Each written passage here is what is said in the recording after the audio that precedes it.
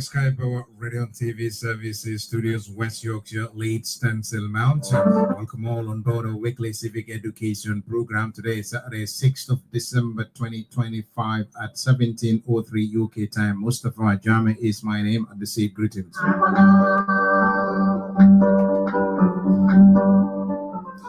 Yo, assalamu alaikum. Bading ulu ngal kontong mobe dauda anibe watu watu.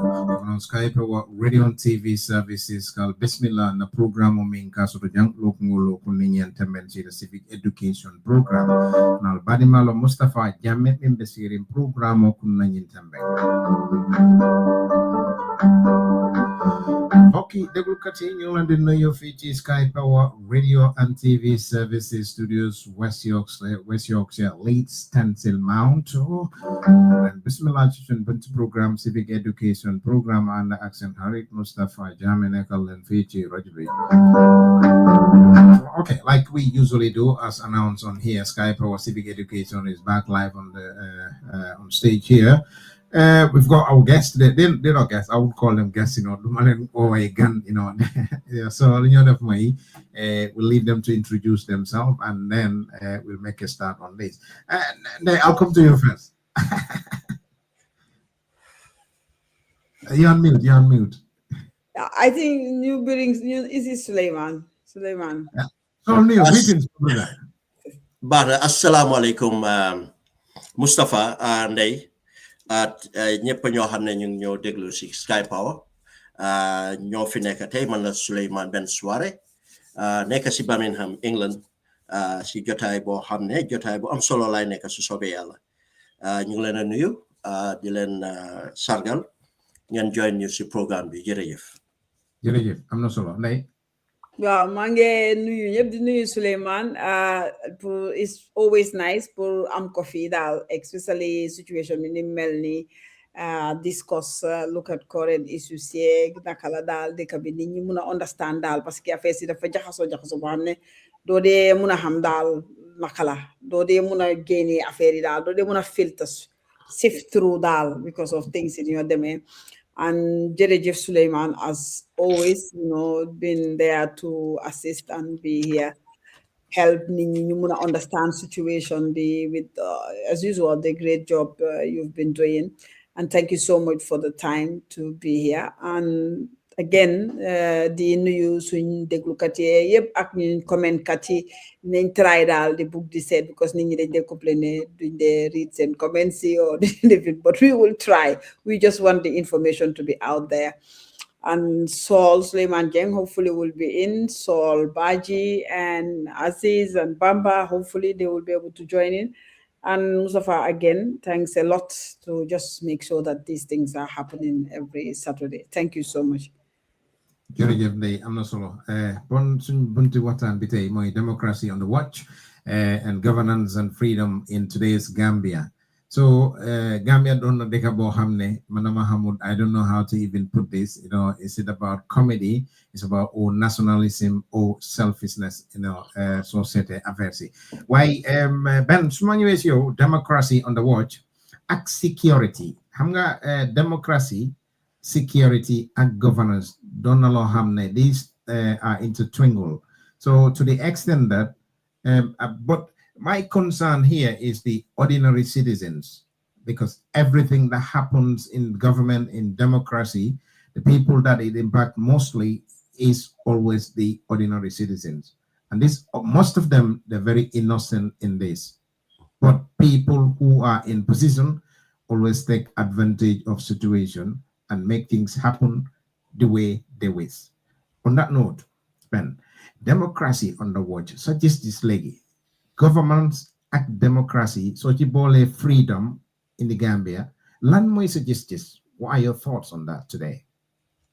Wow, suñ ko waxee rek dañ am pour delloo suñ xel soo déggee ñu wax democracy fu mu ne nii di ko emphasize because dañ dem to a brutal dictatorship ñu ne xam nga ku dem ba ñàkk dara moo dee xam the value of that the 22 of dictatorship la ñu fàttali o jàngal ñu lan lañ ñàkkoon unfortunately noo ko waxee buñ demee ba nit ñi taxaw si jiitali political parties yi ba mun a génnee dictator bi war a génnee dictatorship ñu naagu ñoo ñu jiitu jiital seen coobare jiital seen bugga tax ba luñ waroon a def pour realize the démocratie bu boppam maccoo ko ñu ñàkk ko te loolu lu ko firnde mooy luwaa yoo xam ne waroon nañ ko wécci rawati loolu si luwaa yi mooy loo xam ne mooy constitution bi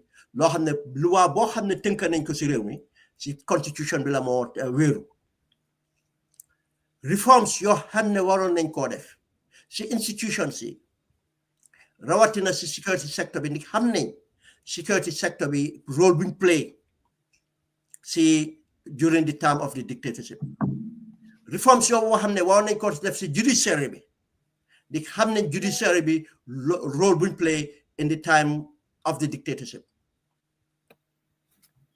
another reform buñ dul wax mooy social reforms yoo xam nañ toroxtaange ak coono boo xam ne askan bi dem na ko loo xam ne loolu yëpp dañ ko woon a jiital tënk ko mu dem nu mu war a demee waaye xes ne ñu jiite woon seen itte yëpp mooy ñoom seen bopp dañ fàtte Gambia léegi nag ba tey dinañ oo suñ bopp ne ñu ngi si démocratie waaye nañ xam ne lu bari manqué na ndig lana gën a manqué mooy am nañ exécutif boo xam ne gëmatut principles of democracy gëmatut lana taxoon ñu xeex ba génnee fi dictatorship daanaka moom la fa bëgg a delloo si dictatorship waaye tam ba tey lu ñu jàppale mooy ndig nit ñi xamoon nañ dictatorship nu mel suñ dooree di ko gis rek dinañ ko ràññale te ràññale boobu lañ nekk di def because of gis nañ doxe ni dictatorship suñ toogee ba loo xam ne yëpp waxoon nañ ko amuñ ko tey amuñ constitution bu bees loi yu ñu war a wécci wuñ ko di public naka di public order act yooyu yëpp méngoowutoon loo xam ne dafa war a àndaa démocratie waaye tam gis na in fact foo xam ne la ñuy jàppa nit ñi di leen denc muy prison si suñ justice system bi reform suñ war a amu ko léegi ñu gis ne lépp loo xam ne dictateur bi mu ngi ko doon use pour mun a toog si réew mi continuer di ñu not ne this government moom lañ jël saa yuñ toogee di wax ak ñun dinañ ñu xas dinañ ñu saaga te su amee képp koo xam ne mu ngi si askan gi wax lu jëmee loolu sax de xëj na sax duñ wax loolu sax de lu ko jëmee ñooñu indil leen problème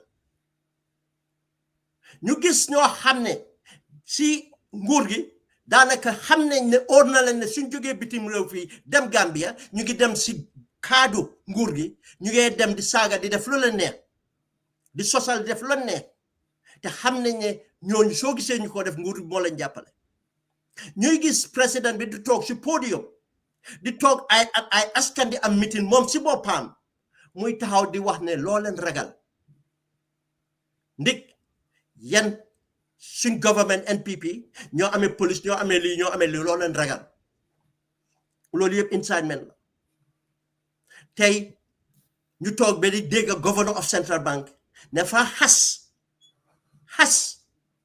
diaspora boo xam ne tey amul benn development partner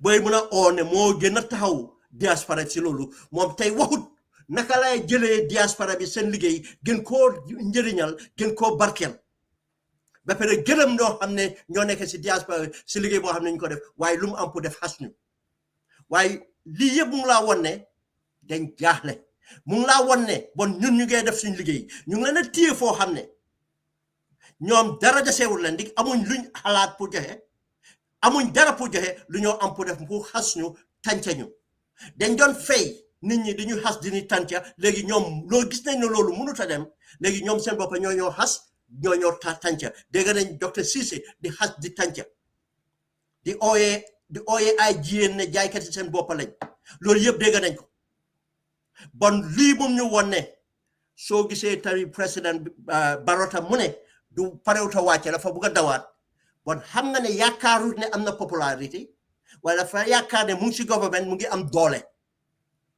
moo tax fa la bugg a jaar pour ne fa taxawaat nit xam na ne bés bu mu wàccee liggéey bu mu liggéey nekkul liggéey bu baax liggéey bu mu liggéey dina jëflantoo nguur dina deflantoo nguur bu ñëwi si loo xam ne yaaxal na ko si réew mi yooyu yëpp nañ ko xool accountable loolu la ragal moo tax muy tàttaam moo tax suñ taxawee fii di insécurité si ñoo am instabilité bu ñoo séntu nekkul ne dañ koo séntu ni bugga ko waaye mooy réalité bi gis nga kuy ne da ngaa toog a benn cin foog nga dem marché bi jël bagage yoo xam ne moo laa toogal benn cin te ku jël bagage yooyu dugal ko si cin di ko def jaar fu mu war a jaar ngay fry di rusi di baaral bon su ñoree rek benn cin lay doon bon suñ gisee luy nekk si réew mi tey bon ñu sentu ne ñun Gambien si suñ jógut hold this government accountable fu ñoo de jëm du baax fa laa bëgg na am.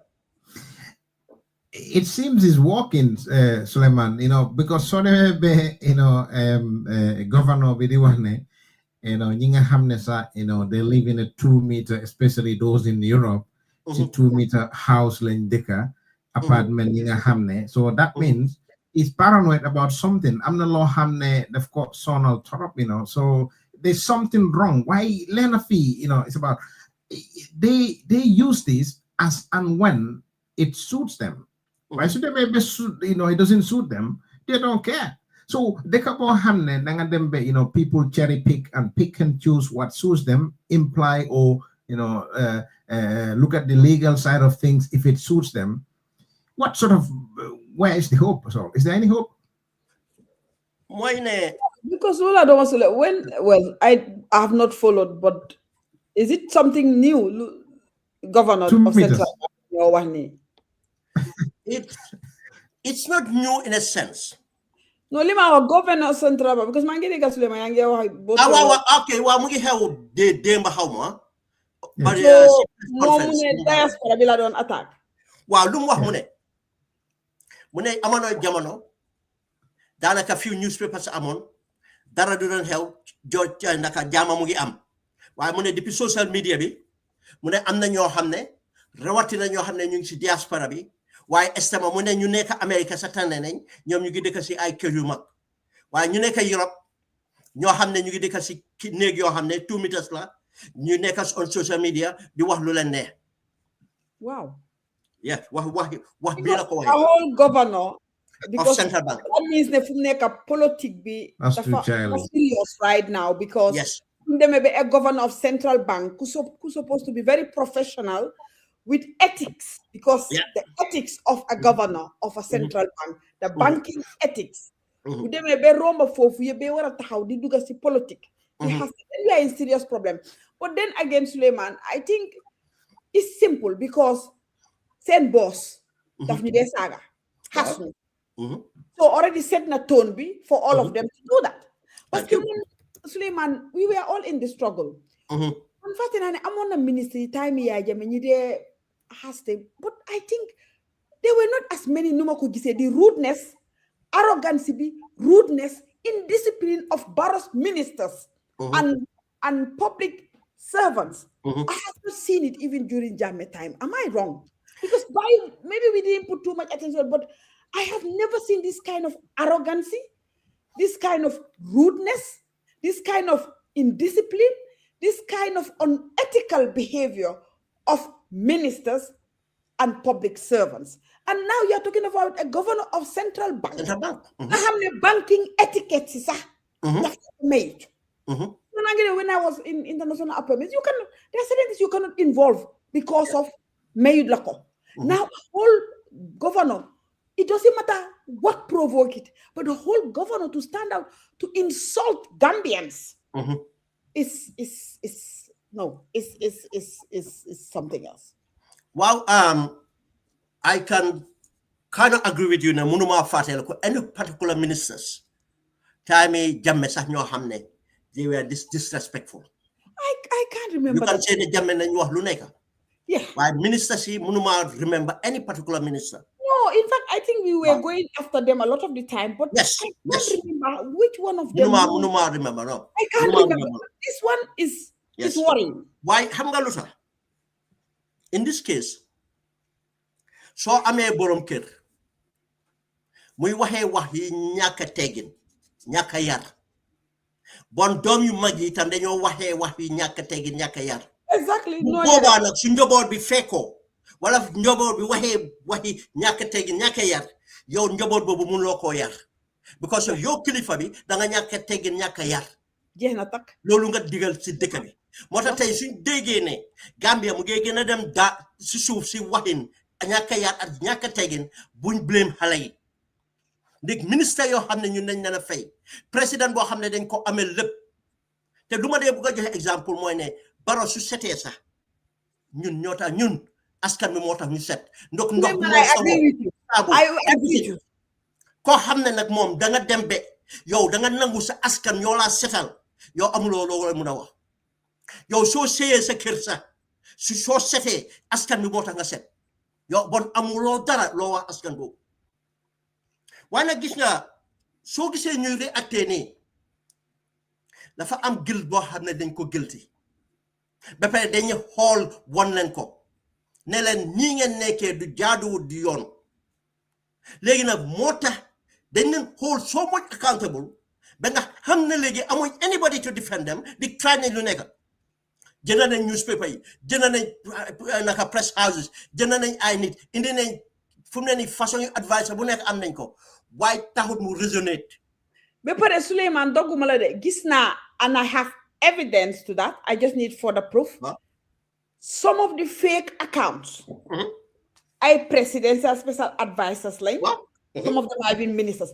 I got 2 proof of it and I'm just working on it. But fake accounts.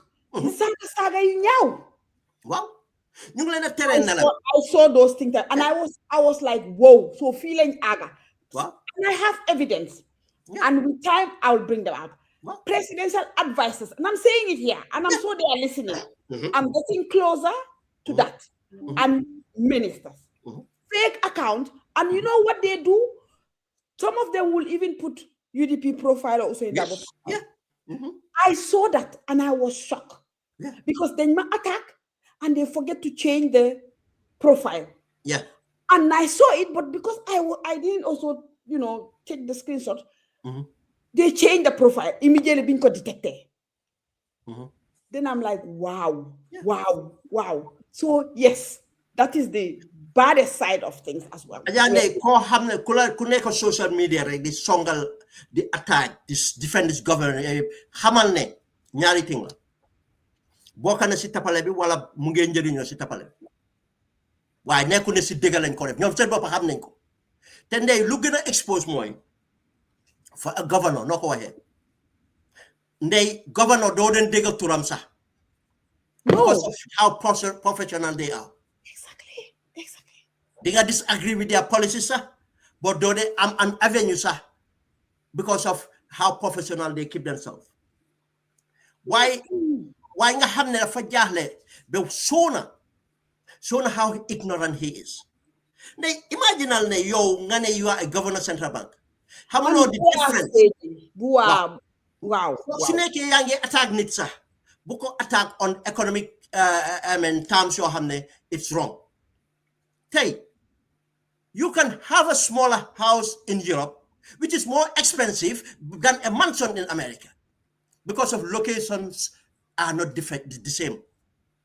In America, munga a property of $200,000, muneka bundaw, but $200,000 johla mansion somewhere else is the location. No, but Suleiman, even in Norway, the houses here are in millions. Anyway, apartments are in millions, No, why? Lumala want sat num helam num gate. Who want to generalize everything like that? What I did them personal at that personal length. Lola munawa. Mola want one key in private. Yes, and then but that shows also how Europe is going after them. That is it. No, because moom sa wax na ne soo googlee suma tur rek lii moo dee ñëw waaye lépp luñ ko bindal ëpp doole bi dëgg la. He is the worst central bank governor we ever had.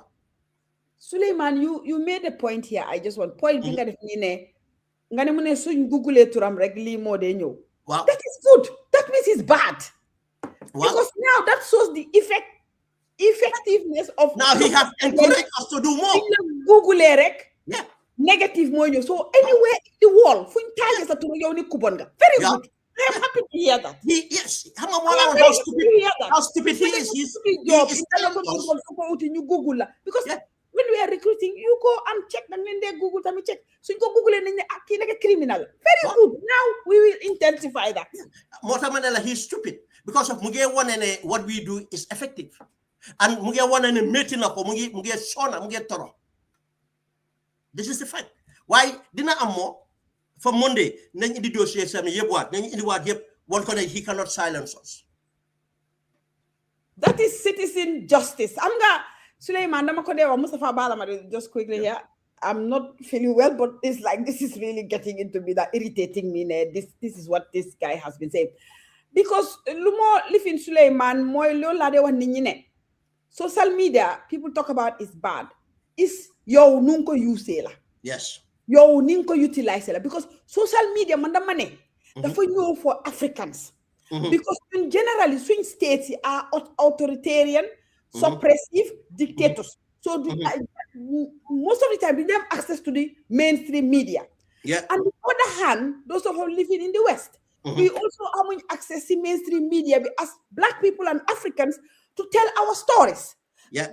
BBC, all these people, CNN, no, they write our stories. Now we can go and write our own stories and defend them. And even go after them and defend it because I'm the platform before social media. So the money with the social media, African be like because you have a voice. Yeah. Not in the West, not with the Western people, not with our own people, not our government. So this is where the power of social media is. And I think our people need to get it. It works. Because legally no. If you think your hair be defco. If you think being on the ground and active, getting things done, defco. If you think it's your money there, defco. If you think for them affecting, defco. Because all hands on the deck. Yeah. No, generally, in fact, any struggle for any social justice or anything so we say we are not possible successful is because of this media. So we say you are hold accountable because of social media. This change you accelerated within the past 2 decades have unprecedented. Government changes is unprecedented. Now, in fact, lula ko gina won moy di Gen Z. Nga xamne ñom sen life social media how powerful the Gen Zs have become, how relevant the Gen Zs have become. Also, Suleiman, government use it because one time I was talking to one of our ministers because there was a topic boom bindon and there was so much attack. I mean, it's the same. Gambia, the government. No way fee, it's the same. They will go after you like hell. And to Babling. And I remember Minister Foreign Affairs, and you attack. So much say once in a meeting, Monaco share, Mangis gang song about Muno Bunday is good. Because that's where we test our policies. Policies, so genuine reaction. Policy makers to go and do the research and things. Then could they know social media because social media and they always say that especially Facebook, people will come after you as they are. And they will not hold back.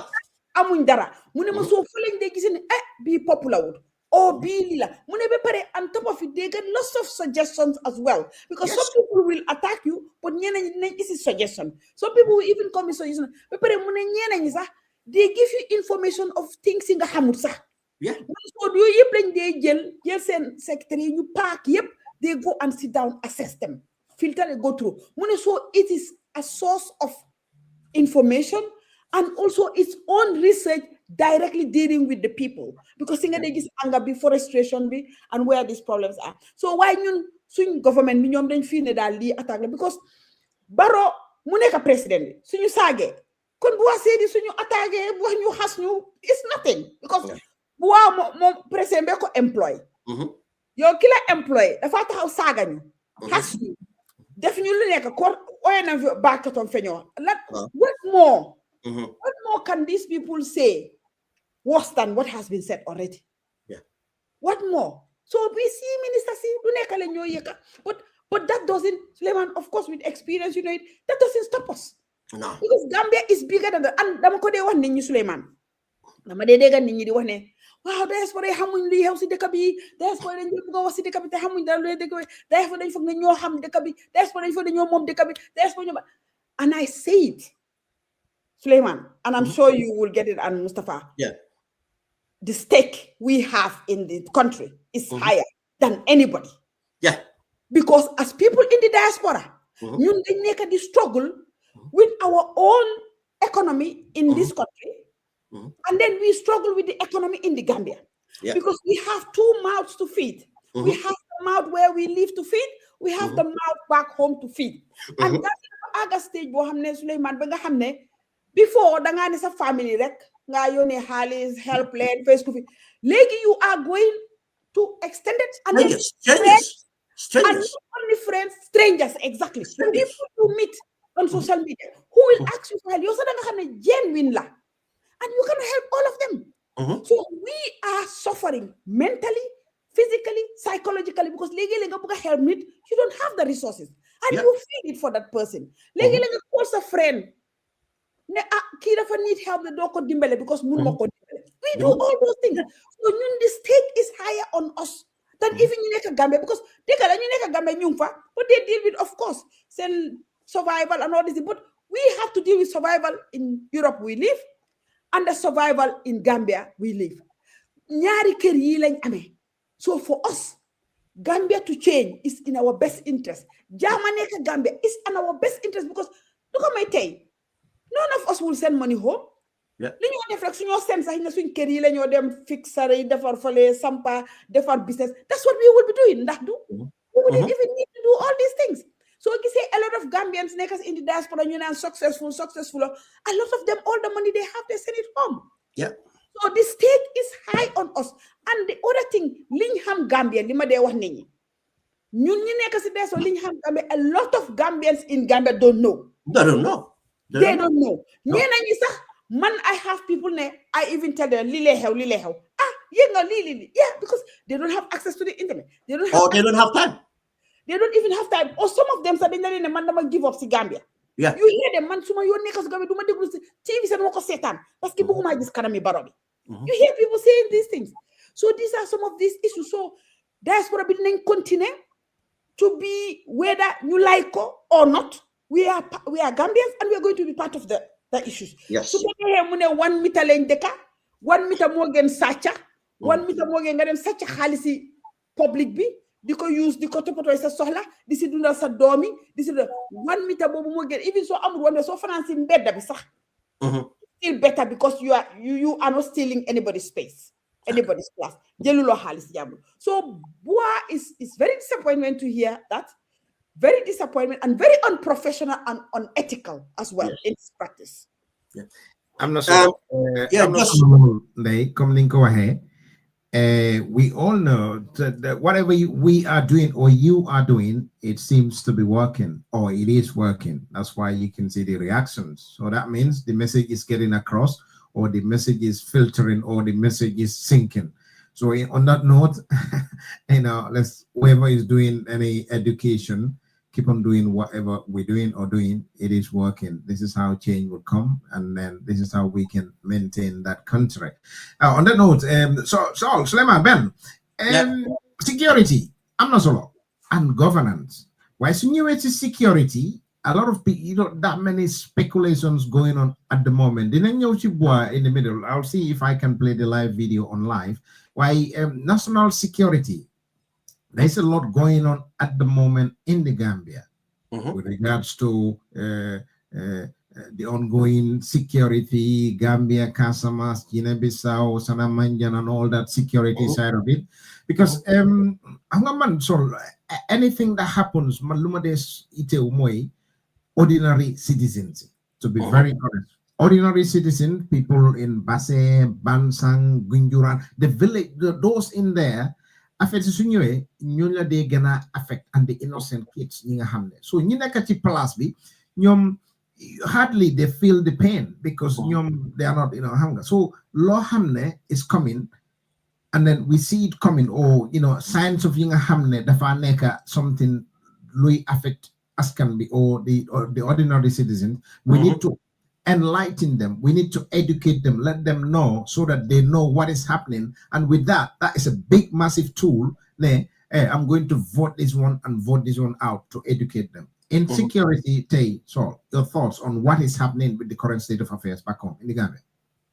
Well, Hamga security, so in the terms of governance, more than governance. The existence of humans. Melon, the age of enlightenment loom in the force more security. How much over here security? You buy the physical security, policy, but policy you the lower side of it. You intervene in those stuff. But lower sibopam, government sibopam then could differ for security. Now let's organize ourselves, identify as nations. Understand? And those nations. Among the ñoo xam ne monarchy lañ woon am na ñoo xam ne bañ rebel out of monarchy just like France and become a republic and then you define your boundaries then you define your needs and your interests loolu mooy indi nag nga decide the government you deserve in order to actualize the needs of the people. That's so high needs of the people. They cannot achieve anything or if they are not living in peace.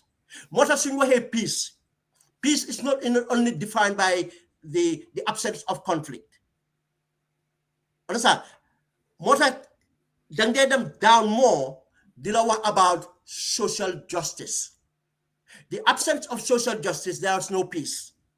Social justice more hamne law hamne askan bi laf ko waro ko askan bi ne loi naka rights am and responsibility am rights am guaranteeing ko why definitely environment am pour responsibility am mun ko discharge mota di nga ne su policy waxe ne duñ nangu nit ñi riot it's not about rights because them gonna demonstrate it's a responsibility. What are rights and responsibilities, social justice, low line definitions of right to shelter, life, right to life, everything else. Then government didn't co-organize pour nini under security. What are national security, then added the national interest. Bon sulu government dido. Lum sudahinam dahine yep. Lum den jeka establish moy, there is peace and tranquility. Then lolu muna dem from development. Without peace and tranquility, munlo am development. What any development plan, boy project, then I said the social cohesion. Because we will a nation, but they all come from the same fabric. We come from different backgrounds. Some might be Christian, some might be Muslim, some might be non-animists, others might be Mandinkas, Jola, or Sahel, whatever it is. But one thing they have in common, they are citizens of the Gambia. Now, citizens of the Gambia, more the main definition of our sovereignty. Our sovereignty, the definition is not the geography. The geography is part of the definition of our sovereignty. But we define sovereignty more the people, not the sovereign.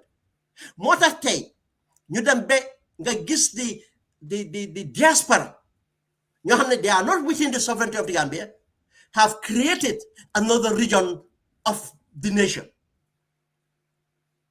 Then there's the governance, the more important governance. Now, when your people evolve, the government need to evolve, to meet the needs of their people. And the needs of your people now, I can tell you one thing. I can tell you one projection. And I can swear to this. Taking the phone a real proper census. You might be shocked, probably more Gambians live in the diaspora than in the Gambia. I can tell you the parallel of this. You see, Gambia is more like Lebanon. So only the population of Lebanon, they have been leaving their source for a long time. And many Gambians realizing they think this diaspora thing or this back way thing is a new phenomenon. People have been taking the back way 50 years ago, 60 years ago. People have been living the Gambia. So them Scandinavia, and they knows that more than us. The Gambians have been seen as one of the first Africans, in fact, to entrench in those regions. And they have time been down wax ñun buñ nam nga Banjul ñun Banjul da nga dégg stowaway gaal bi lañ gris ak yooyu noonu we used to hear those things. Xam nga bon moo laa wan ne the population of Gambia tey soo ko xoolee you be surprised ne soo jëlee a conservative estimate most of Gambians that left they left at their prime, they are youths, and most of these people after a few years they will start to have families, and those families are Gambians. Now the average Gambian have 3 kids outside. Now just imagine all the numbers. Now smaller here, my generations are having grandkids in the diaspora, and we left 30 years ago. Then xam nga ne bon ñu leave before ñu génn Gambia before us, they have great grandkids. But what are these are one lot governance, security, lolu more the main factor. If you don't have that, you don't have a government. Well, what happens when there's a conflict? Nothing works. People so conflict nit ñi dañ dee dellu to the stone ages when there's no mechanism, there's no rule of law. More of rule of law important. Government will respect rule of law, because if government respect rule of law, then rule of law will be in absence. Gis nga in law dañ ne who assert must prove. So government waxee ne ñoom dañoo enforce rule of law, then they will prove na ñu enforce rule of law. Should government then protect the rights of citizens, but then want to gain the evidence and you get protect the rights of citizens. Should government then you get develop a country, then will prove that they are developing a country. Now the citizens who are the victims here have the right to question. Where is the development? You asserted that they can develop, but we are not feeling the development. The numbers you are given does not correlate to our way of life. Where is the security? So then Parangan publish security, this thing have gone down, the crime have gone down, but we are not seeing that. We are not living that. Government have asserted these things, but government have not provided the evidence. And the person who got the evidence most is the person who lives it, the person who feels it. More important for government to listen to people they serve. This is why people, I can tell you one thing, Mustafa. If Gambians were living in peace, they don't take a grumble, Bubari. Do you know why? Because they are satisfied. They are satisfied. But if Gambians send cost of living and the existence, the healthcare, education, everything is gone to a two-tier system. If you want a good education, go to the private sector. If you want a hospital, travel outside the Gambia. Even the private sector is not good enough. And the government provided funds for all that for the people that are in government. Go and look at the government salaries. They provided allowances that are not taxable. And so putting allowances is even more than their salary. I know that. Now, can those people not afford these things that they want to guarantee themselves? Now, if the general population are not satisfied, cannot guarantee this, do you expect peace to prevail? Now, in a democracy, these people, Gambian people, are given in the democracy to show their frustration. Now, if they want to show their frustration by speaking out, you want to suppress them. If they want to show their frustration by giving information to the relevant authorities to solve it, they are ignored. If they tried, everything did not work, and they said, we are coming in solidarity to show our frustration, no, I'm not going to give you permit. What do you want? You want people to revolt, isn't it? Because if you have catered for all this thing in a democracy, then they will have satisfaction, or they would feel at least they are reassured the problems have been handled. But as a government, you take in politics divisively. Divisively, politics to corrupt people in order to support you, then that's where the problem is. Because the other mechanism we have is, if we do all this, we are given periodically a time to change the government through elections. But Lolutham, Yange work to make sure you undermine the confidence in those elections. But then again, it comes the greater part of peace and stability government. What sort of recipe are they organizing here? Because this is a recipe for instability in the country. We can see that, because some of these recipes started, in the sub-region. You can see what is happening. So if you see that happening, so what do we do now? What do we do? Because we must put a stop to this, I'd like to think. What do we do? Mustafa, just after they said, every action should be informed. Every action should be informed. What we advocacy is part of the information process. You see, when people are more aware, and when we address, we just don't address. We have to explain the corruption, what the corruption signifies, what it does. It's not about only the Minister A or a Managing Director A have taken this much. Show the people what that impact onto your lives. Let them know that the reason you are struggling to take your children to school is because of they have not delivered, because of this corruption. Tell them that these people that you envy, the reason you envy them, because you just don't understand. They are not worth anything. This is where you denounce, at the same time, prescribe them that, look, a government should be able to do this because we have so much resources. We should move away from this, or we don't have enough resources. It's a lie.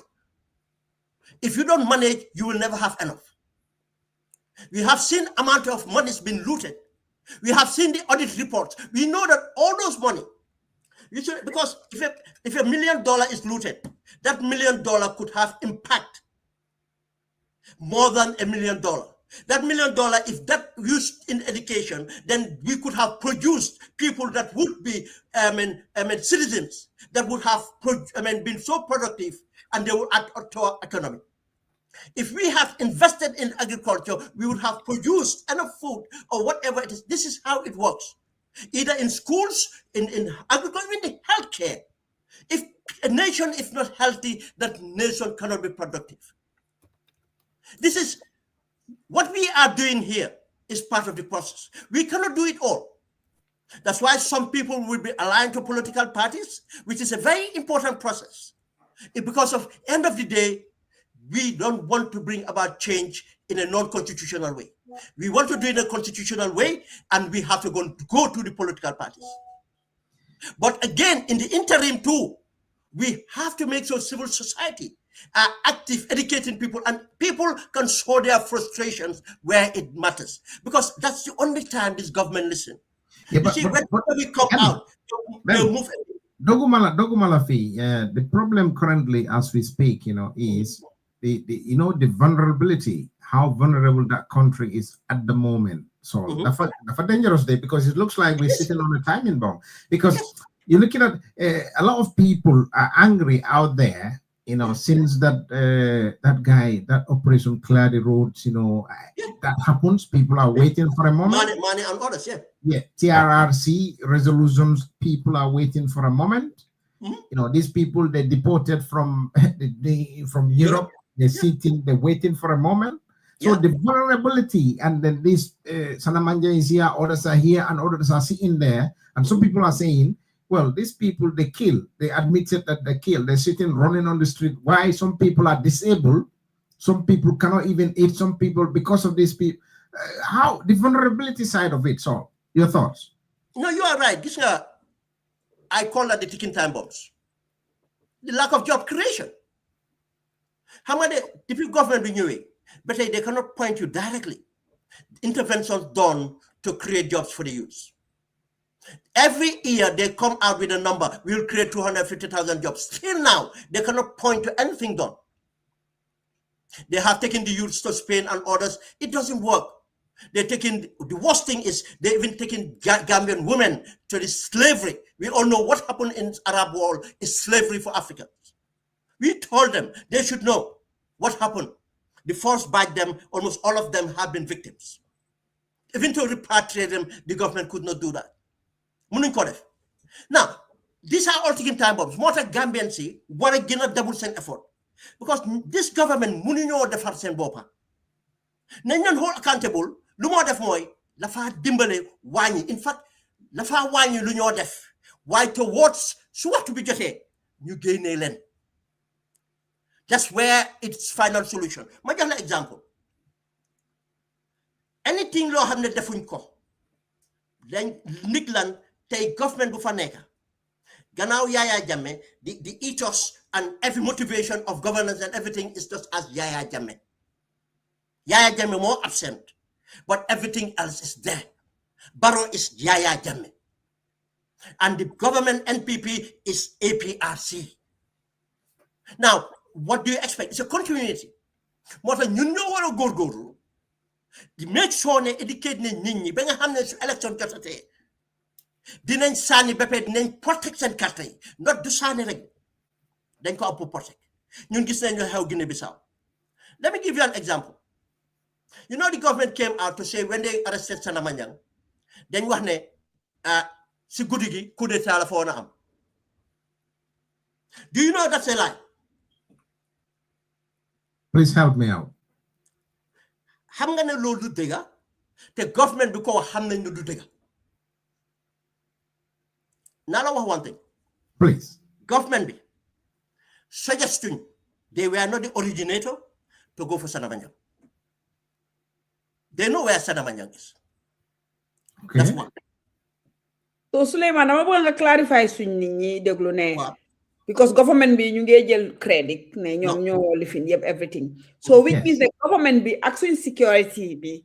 Li ñoo wone ne ñoom ñoo dañ involve si lii and ñoom ñoo lifi ni ba dem jëli ba ici nit ñi di leen jox crédit for that loolu nga wax ne amut lu ma wax mooy ne government ni président Barrow seen government mi di SIS mooy ga army bi jóguñ ñu ne Sénégal dem leen utal ñu Sanamanyang ngeen jàppal ñu ko du dëgg o ñoom seen boppa demuñ tamit pour dem lijanti Sanamanyang déedéet Sénégal ñoo lijante amna lu tax nak Sénégal lijante duma ci duga ci kaweti la Sénégal ñoo lijante xam fu Sanamanyang nekka balañ ko jappa wax nañ ko government Gambia ni ñaari réew mi te Sanamanyang luñ ko topé tay Gambia la ko def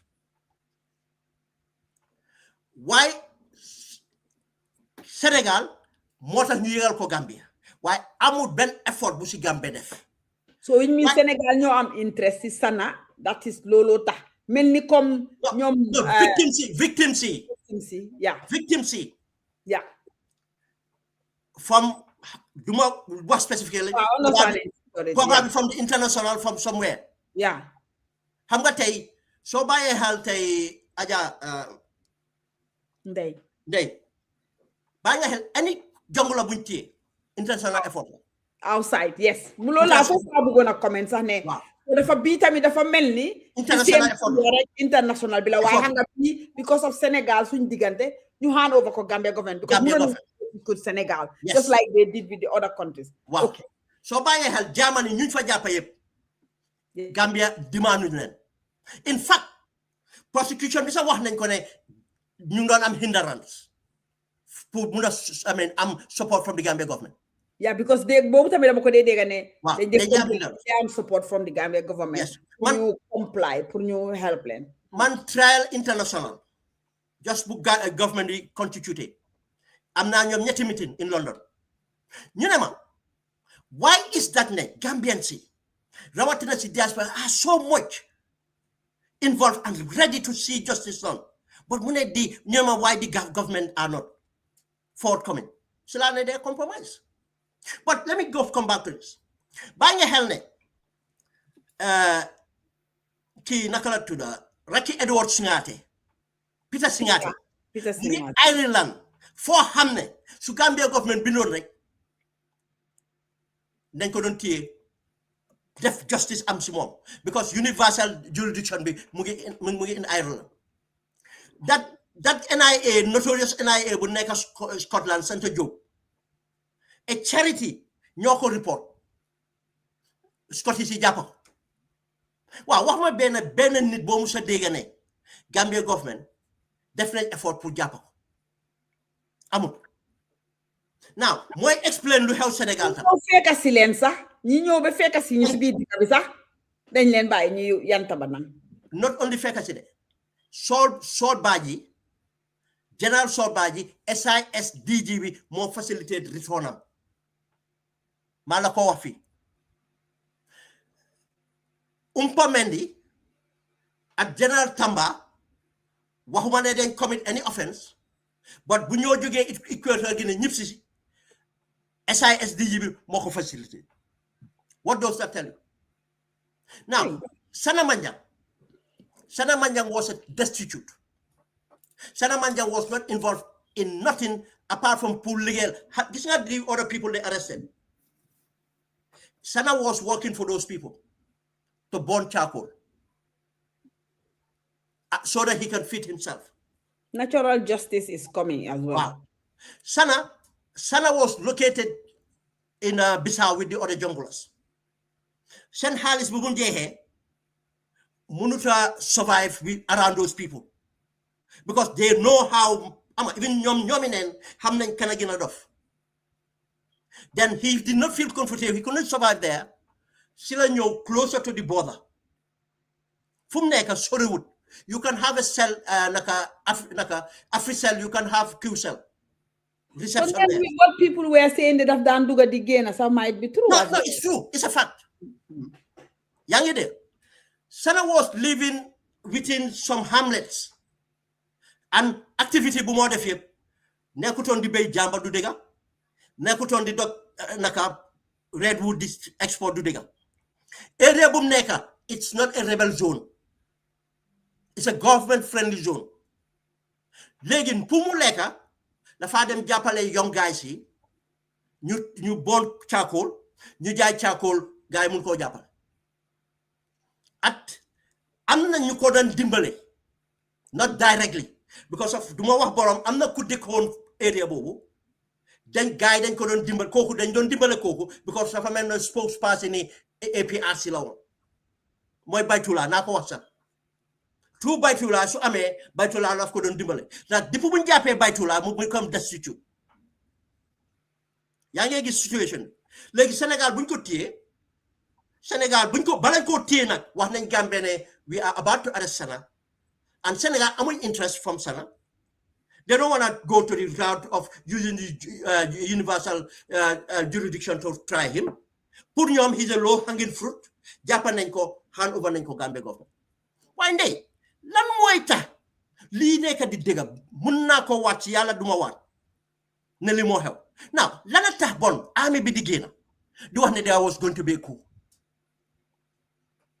xam nga de lii mooy government bu jubal xam nga lu tax ñu def ko ñu tegaleen ECOWAS rek xam naa gën leen a ECOMAG bi that's it benn gën a justify toogaay ECOWAS ECOMAG lii mooy mbir mi bon wane na ne bon government boo xam ne dafa sos loo xam ne insecurity waaye nde xoolal the implication of that loolu yaa ngi wax sa investors yi ne moo tax benn serious investor dañu jël seriously yaa ngi wane ne yow sa dëkk bi it's not stable coup d'état because pour a democratic government you talk ba di atam ko living but there must be a lot of discontentness waaye di la wane ne amuñ xam-xam amuñ xalaat not ne jànguñ waaye amuñ xam-xam amuñ xalaat because ñoom lu ñoo xalaat yëpp lu ñoo jot moo tax su gouverneur bi génnee sax dafa wax mbir aleel am mënut a wax about morality mu ta wax about development. Exactly. Naka la ñoo stabiliser dalasi bi. The diaspora are suffering because xaalis bi devaluation bi is affecting us because so don't send 2,000 krona léegi da nga am pour send 3 or 4 to get it, so it's affecting us as well. So mënuma understand ba pare Souleymane yi nga explain nii yëpp because gis naa ne Moustapha duggoon na ci tamit mooy dëkk bi dafa lëcc dafa lëcc boo xam ne ñun dafa mel ni si nen lañ toog and with that situation na si nen lañ toog Souleymane ñu ngi gis trend bi nekka in West Africa dafa mel ni West Africa ñun time bi nekkee xaleel there was lots of coup ba ñu xamee coup d'état so dafa mel ni ñu ngi delluwaat that trend.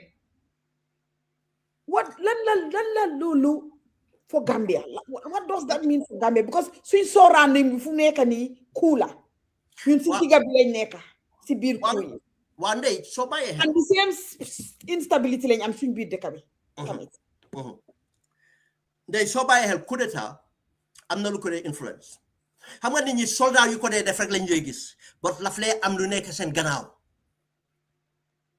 am na lu nekk seen gannaaw soldat yi rek amuñ leverage pour coup d'état because coup d'état yomba na xam nga la na difficult to hold on to that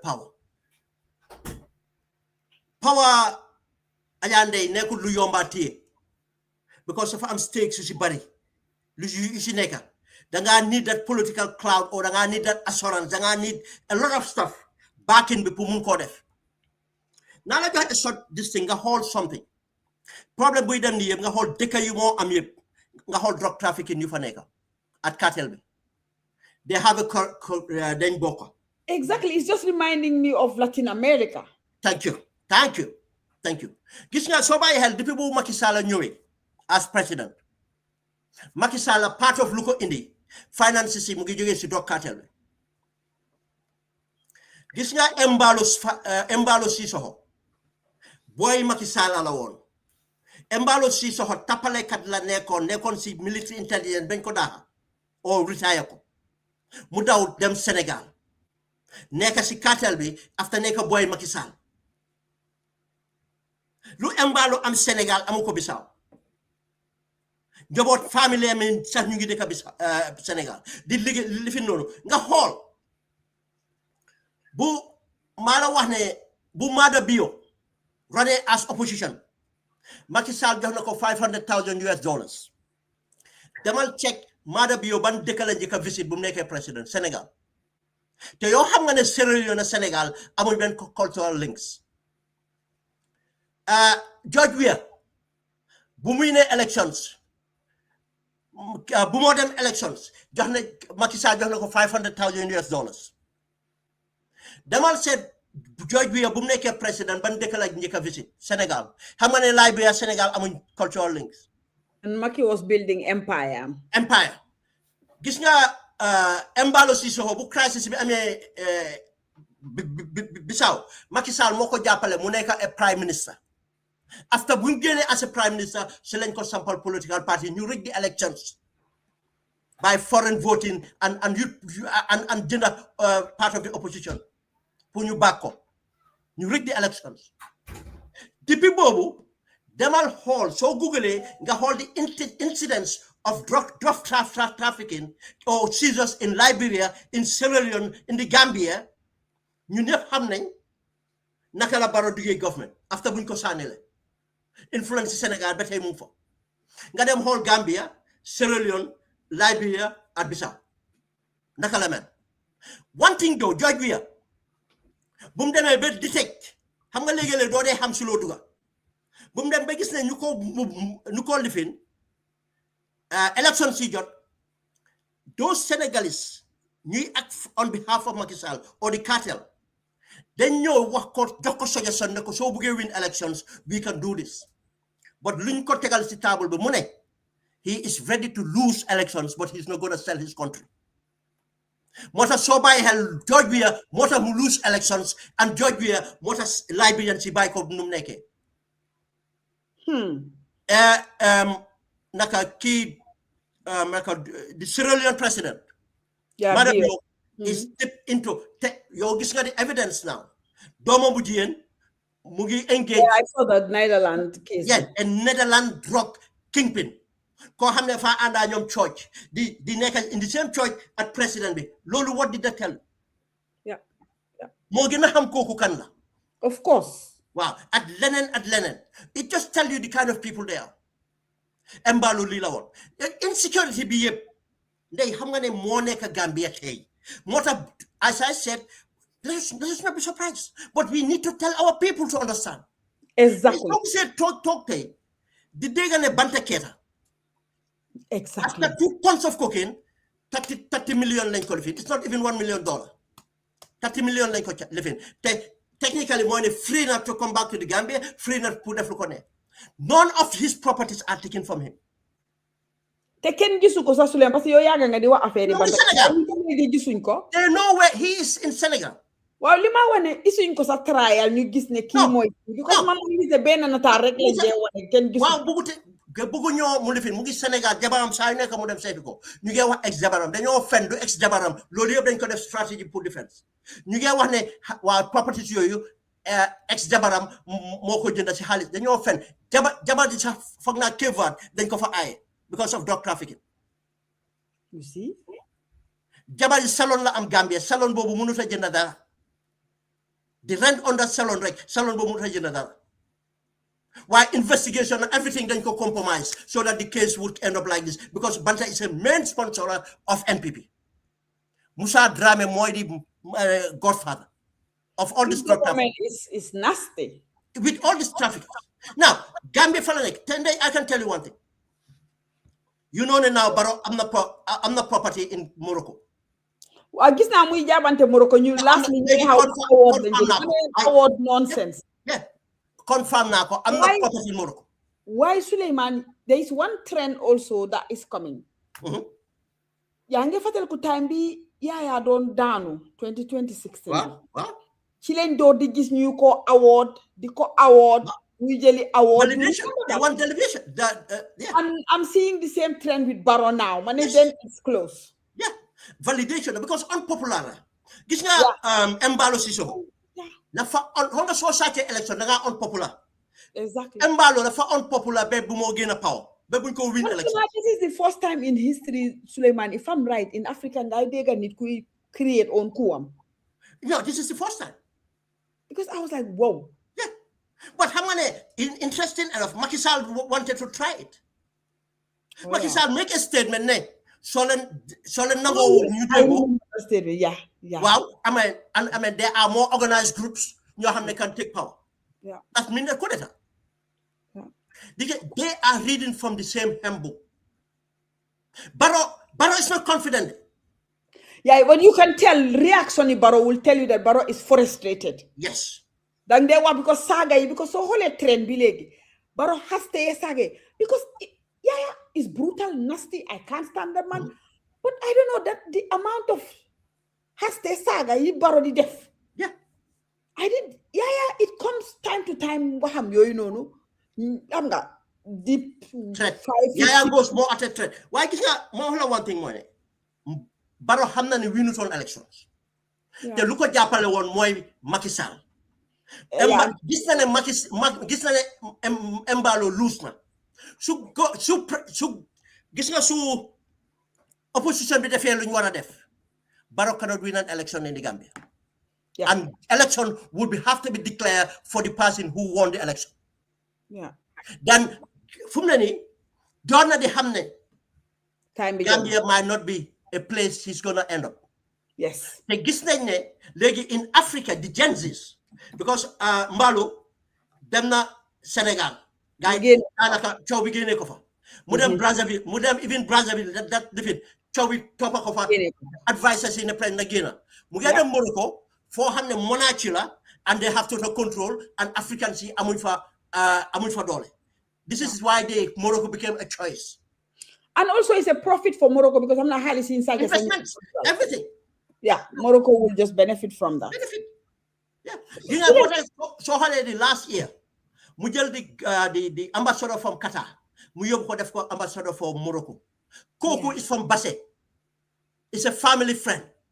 brother koku mom la jël jox social security mu ngi ni di kassa social security ba pay jabari koku mom la jël jox di maritime agency ñu ngi ni flagship sa ngay dem Baro dal fu mu nekk ni is running a monarchy already daf ko declare exactly another thing even people within around him they are frustrated dañ amul gor rek Lamin Sima gis nga ko mu ngi am political party Lamin Sima was around Barrow moo amee woon di car power contract gis nga that guy naka kooku amee GDP naka Gambia development naka di former waaw kindo naka NDC bi waaw ñooñu ñëpp bàyyi nañ ko and I can tell there are others in there ñoo xam ne they are frustrated but they are not showing it.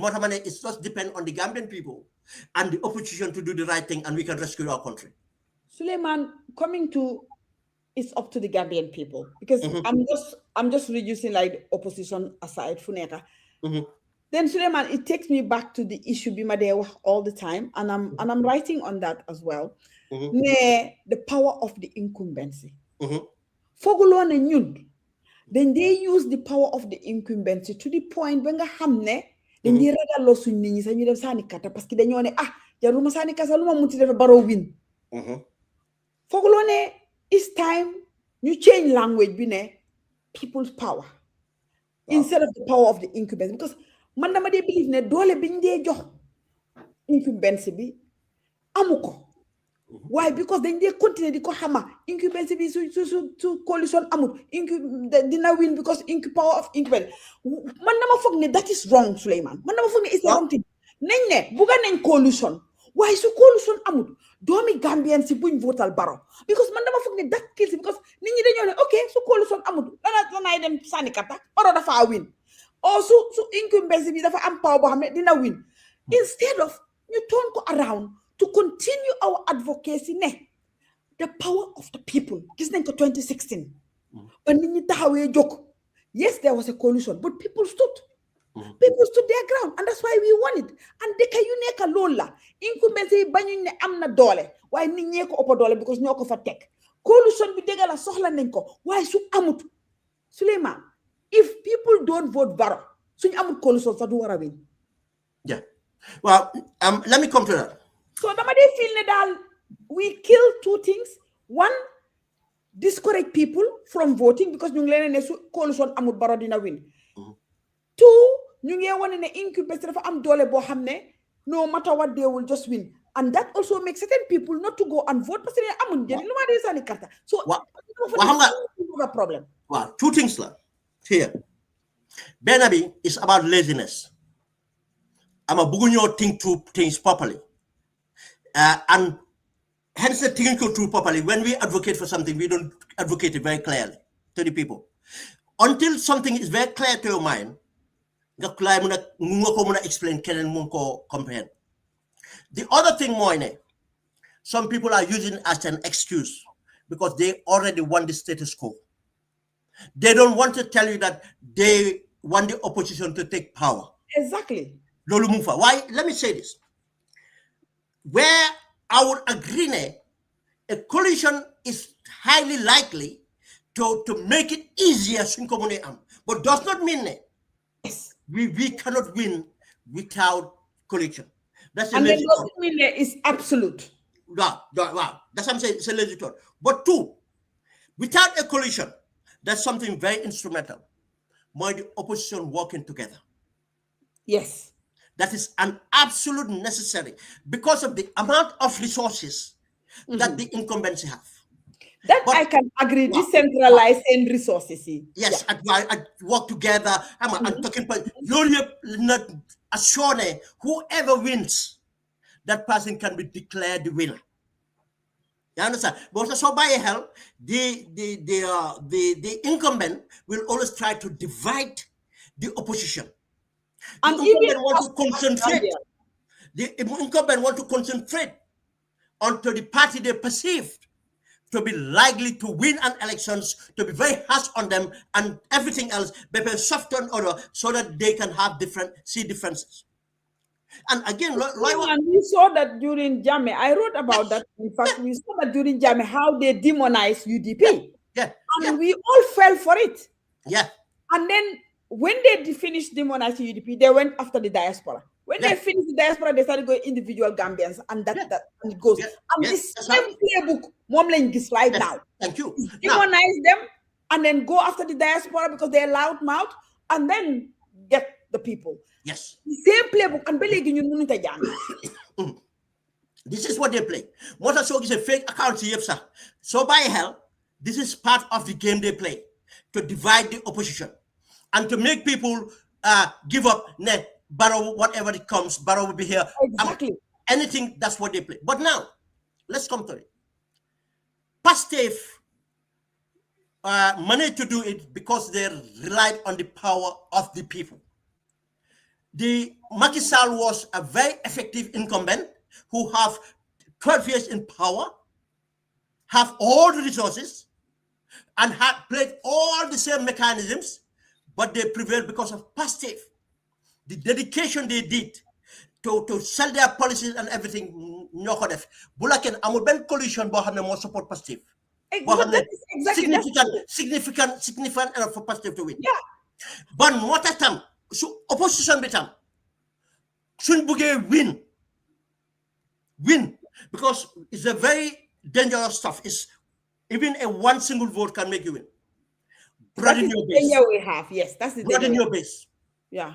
So that you can make that line of very clear. We are not going to have a free and fair elections. Let's be ready for that. Yeah. And if we work together, then everything that will come to us, we will be able to deal with it, and a party from the opposition can be determined a winner. Suleiman, I agree with that. Yeah. We are not going to have fair and free election, but that's necessary. Opposition, even soon, they should be able to work together, find an area where they can work together to make sure they secure the votes. Yes. And they make, because Suleiman, there's one thing also, back to this power of incumbents. I'm writing on this because I just feel it's a very overrated thing. And it's been used as a tool to even knowingly, unknowingly, to scare our people and make us lose votes. Barrow doesn't even have resources.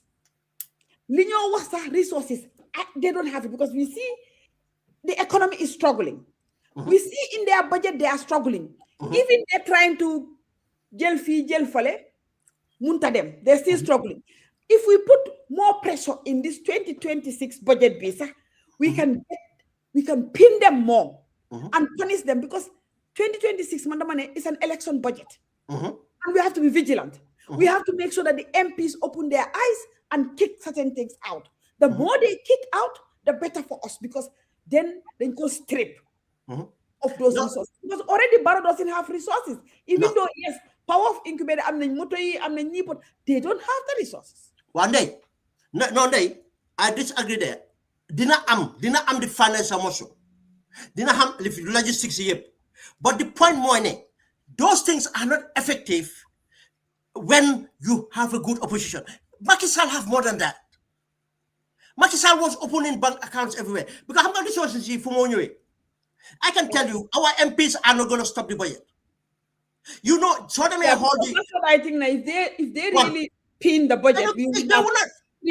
Because of a lot of things, because Barrow would have. What I saw by hell, every budget they give a sweetener to the MPs.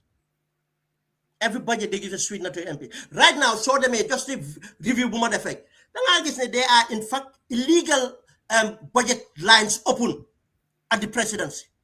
Yeah, at the executive level. And all those things should be. When you look at the budget, you know it's an election budget. Yeah, and it's gonna pass. It's gonna pass. I was expecting more scrutiny because we are going into 2026. Money, it is even ridiculous. The haladne dangawani people tour from 52 to 50. It's ridiculous. And we don't even need the people tour because most of us are after election. No, what Hensler is constitutional, sir. Budget for a single digit. Let them find means. It's enough for them to do the job. We are the people saying it. What the people say to the MPs money, it is too much. Yes. Why can't the MP listen to the people and say to the president, if you want this budget passed, all these budget lines have to go out. If not, we will render this government. But the MPs play cat and mouse with butter. Because, They play cat and mouse with butter. but the thing, Moine, I can tell you this. When the stakes are high, two things happen. Some of these people will hedge and give a little bit of money to the government, to the political parties, but they will bargain for the new contracts. The cartel will bargain more. That's where they get the money from. Most of the money is coming from the cartel and the corrupt contract. Yeah. Understand? Why Lolo is not a problem? No. Look, no. how many they were about incumbency? How many Kendula they were countries that have changed on incumbency? Suleiman, that's why I'm saying that, because I'm writing about it, because you have like Senegal, not too far. Senegal, Bissau now. Botswana, Malawi did it also. Gambia, Malawi, Exactly. Cape Verde. Let's go. And in fact, Suleiman is the new trend. In fact, we are seeing new trend. Ghana as well, where incumbency loses. Yes. We've seen the trend happening. So, Barrow, in fact, so I'm a good political analyst or political advisors. You know what? I think Holland to Bass at Hawaii. No, they will not do good advisors because they want to tell him what he wants to hear. Okay. I'm thinking one thing I'm pretty much feeling there. Even if Barrow wins, and astaghfirullah, unzibillahi minash shaitanir rajim, even to win a 2026, Barrow wouldn't survive the whole time. Okay, I agree. Looking at the signs, looking at the instability, because Mungla won the signs of because I've worked in Africa. I was responsible for the whole of Africa, the project I was doing, and you see the signs. You see these signs already. It's out there. Mm-hmm. So the full time, no, he wouldn't. Okay, all right. We all see Ben. We see the signs, we see the symptoms, and then please, Ben, help us out for an ordinary Gambian. You know, the signs are there, the symptoms are there, and because when this coup plot was mentioned, got a lot of calls and text messages saying, you know, Mustafa, there's a coup in the Gambia and that sort of thing. So Gambians with that kind of mindset, Gambian, you know, currently as we speak, you ngay organize bitin ngay wakado bo hamne dafa gëna ragal, you know, people. What are you doing? Because Lulu, so selfishness, economic you stay longer or whatever the reason is. If you look at it into detail, Ben, how can you assess this government when it comes to the implementation of torture, killing, brutality, and disorganization and victimizing citizens of the country? How can you rate them? Because Lee, the Nawaraneka Law Hamnes could be a good message to ordinary people. If you tell them these people are taking the credit, but the credit, they're not interested in this. Layout. The reason why I say this is because you got Mr. X in the Gambia, nothing happened. You got Mr. Y in Germany, nothing happened. You got this, it's not been organized by Gambia. So Gambia is not interested in, and help us out, so that an ordinary person would understand this in detail. So that when it comes voting day, they will say, hey, no, listen, these people are not the genuine ones. Talk to me. No, Hamga, I can tell you one thing. The easiest candidate one would have is Barrow's government or Barrow himself. Do you know why? No. Because anything they want to point out to be an achievement is not an achievement. But in fact, the things they need, these things that are priority to the people that they need to achieve, they haven't achieved it. Now, let's come to the cost of living. Since Barrow come, what have gone down? Any improvement in cost of living? When they increase the income of the people, it doesn't reflect to people's getting better. They're getting worse, because when they increase 30%, the tax that goes on the person is going to 60%. The person becomes worse. I can tell you, you will not find any ordinary person, civil servant, who honestly support Barrow because of his life have been better. These are not the teachers. These are not the thing. Kula ko wax rek amna tapale bu mo def te government baro arrangé nako. Now, you are not telling me about the youths. What have you done for the youths? The basics. Bena football field naka funyo oyemboyo mom la gis guide them inaugurate. Do you realize that before elections there were about 6 mini stadiums they are not delivered? They all fail. Yep, luñ fa sampay bahut fatot naka Kafuta and other places. Makati and others. Yeah, man, people are asking plain Wolof so that they can. People sing commentators always take us back to plain Wolof or plain when we are speaking in local language. Yeah, but nothing. I'm a ben lawyer deliverable la delivering. Now still. You see when they talk about electrification, electrifying, do you know the people that the electric went to, they cannot afford it? Thank you, Suleiman. What's the point of having electricity you don't afford? Exactly. You see development. Let me give you an example here. Let me give you a case study. There's a village in Kemoto. This guy went with the video, and at the Kemoto is by the river, and the guy with the video was asking them.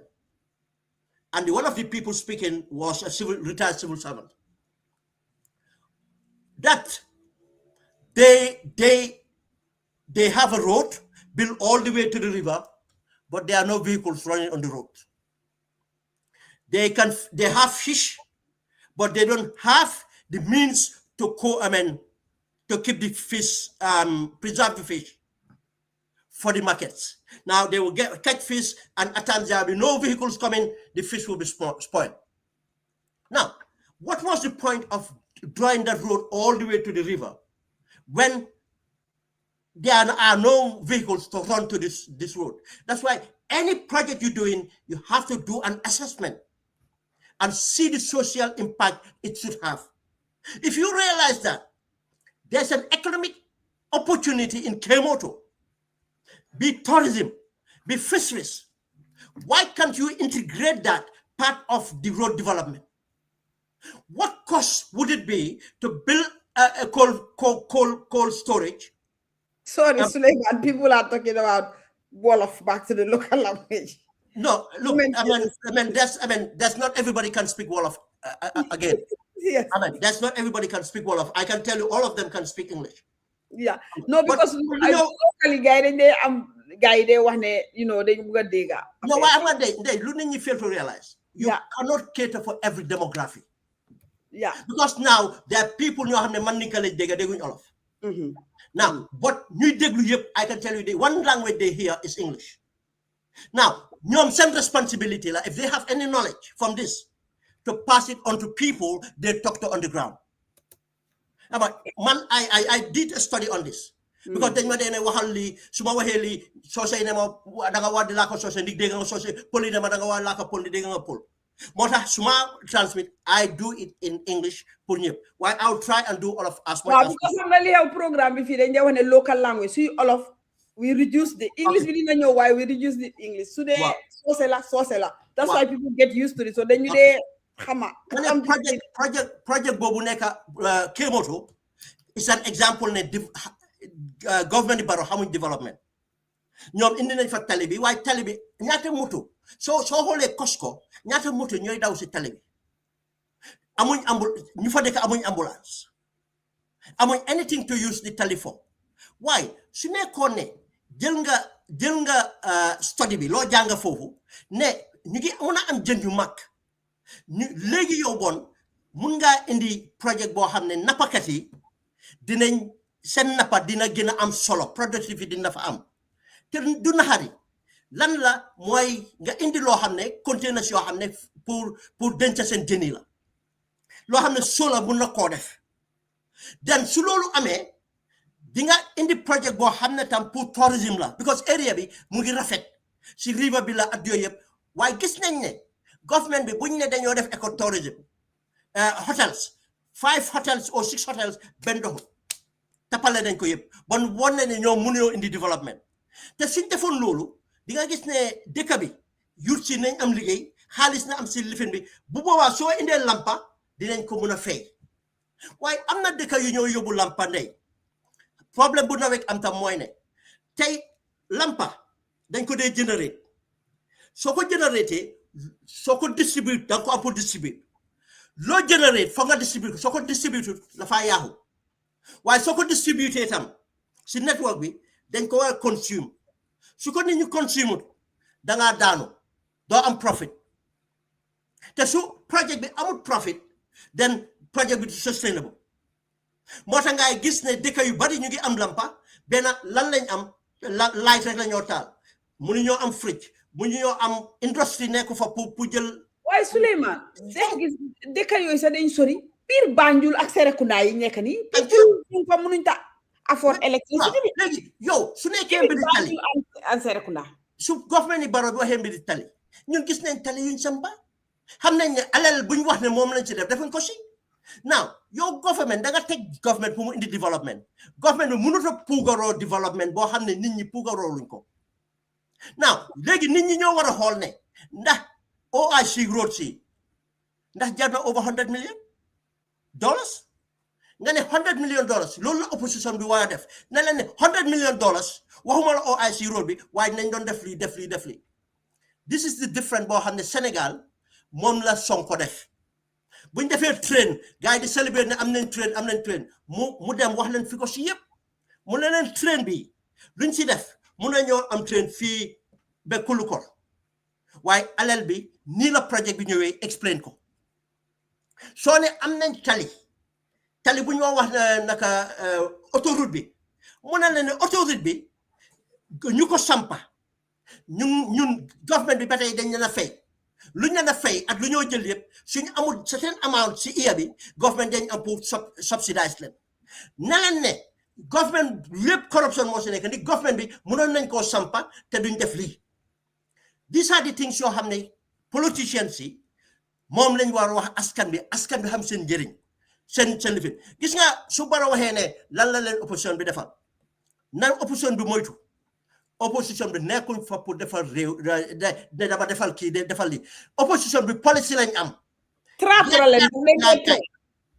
yaakaar lañ laa jaay opposition bi warul laa indil warul laa indil pompe opposition bi warul laa bilal school loolu yëpp du dëgg opposition bi tax waaw su opposition bi dina sampal school fi dem laajal fu mu jëlee xaalis bon kooku su duggee dina la def lu ëppa loolu Barrow def opposition bi lu ñu mën a def mooy wax leen ñoom naka la ñoo amee réew mi weena dañ war a wàññaar Barrow wane yàqa bu mu yàqa wane ñoom yan projects la ñoo am yan programmes lañ am lan mooy génnee nit ñi si coono bi lan mooy yokk security lan mooy def nii lan mooy def opposition bi loolu lañ war a defal nit ñi dem wax ko askan bi waaye ndey opposition bi dañ am waar Gambian bi every Gambian da nga am waar su nekkee ne yow nga ne lu nekk Gambia neexu la te fil nga ne Gambia dafa war a génn si lii yes am nañ mun naa wax su du dara am nañ ñeneenti candidate kenn koy mun a tànn. Thank you, Suleiman. That's my point always. am nga ñeneenti candidate booy mun a tànn.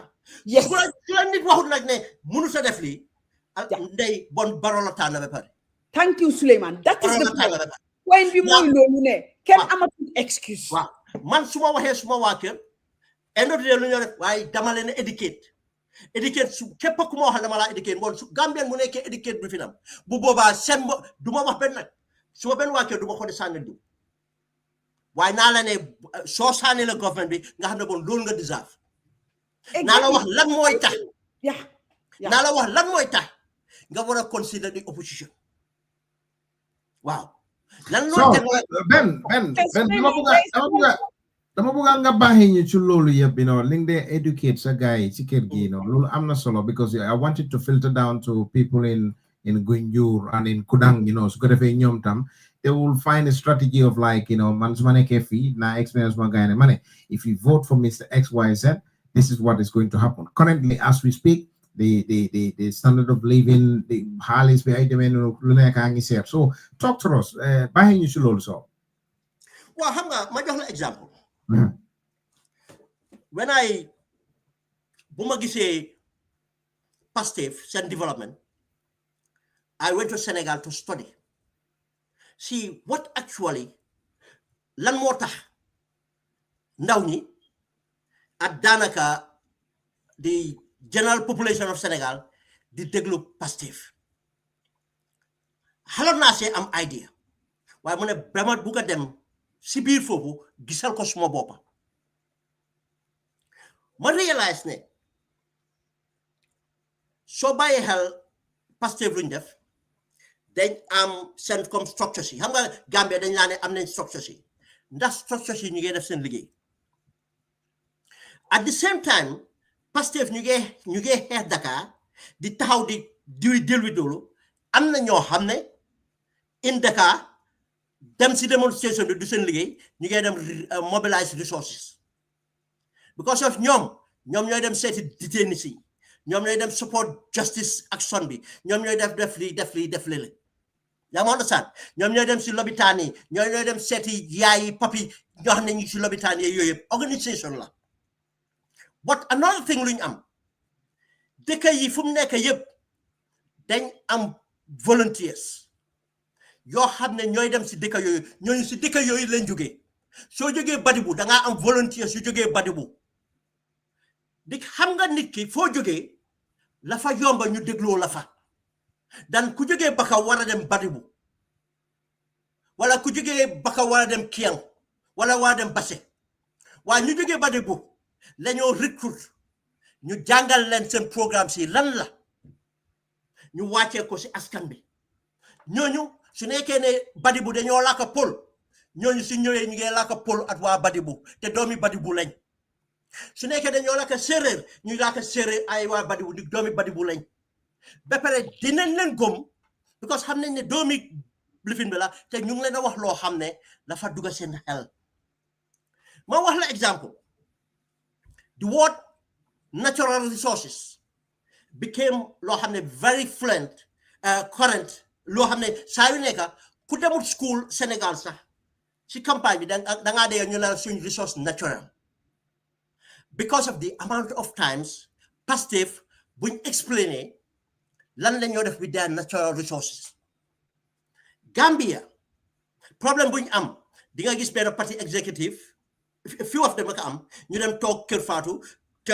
network or somewhere else or ñëw sa plateforme bi wax ko fa mu jeex suñ waree dem si nit ñi ñu ngi leen a wax about bul saanil opposition bi bul saanil kii waaye waxuloo ma man lu maa njëriñ yow su ma la saanilee now ma jox la beneen exemple Sonko la fa joxe woon benn exemple di motiver mu ne leen bu mu dooree xam ne mu ngi resonate dañ doon drive through ordinary vehicle through Dakar certain areas in Dakar xale yi yuuxu ko Sonko mu ne gars stop leen mu dem déglu nañ dem déglu xale yi ne xale yi ne foo leen ma xamee xamul ko xale yi wax ñu ne ko xanaa di yow yaa ñu indi pétrole bi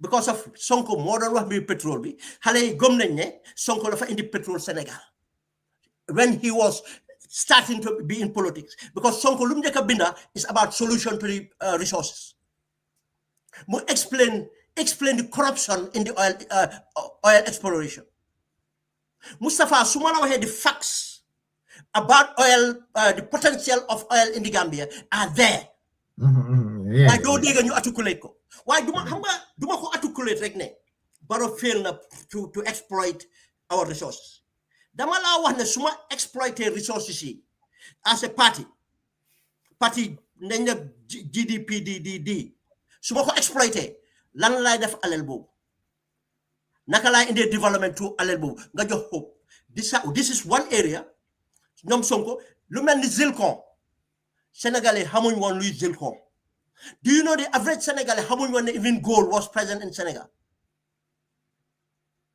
zircon di la wax different minerals the ordinary Senegalese knew about these minerals léegi wax nañ leen ne the projections du you nekk di dem on ñoom suñ ñëwee dañ make sure ne nii lañ ko defee phosphate Sénégalais yi bàyyi xamuñ ne phosphate am na Sénégal and phosphate is the raw material that you do on fertilizer but Senegalese are farming without fertilizer is very expensive in Senegal Because of what? The raw materials are taken away. Fine product indico. Senegal ne duñ ko naw.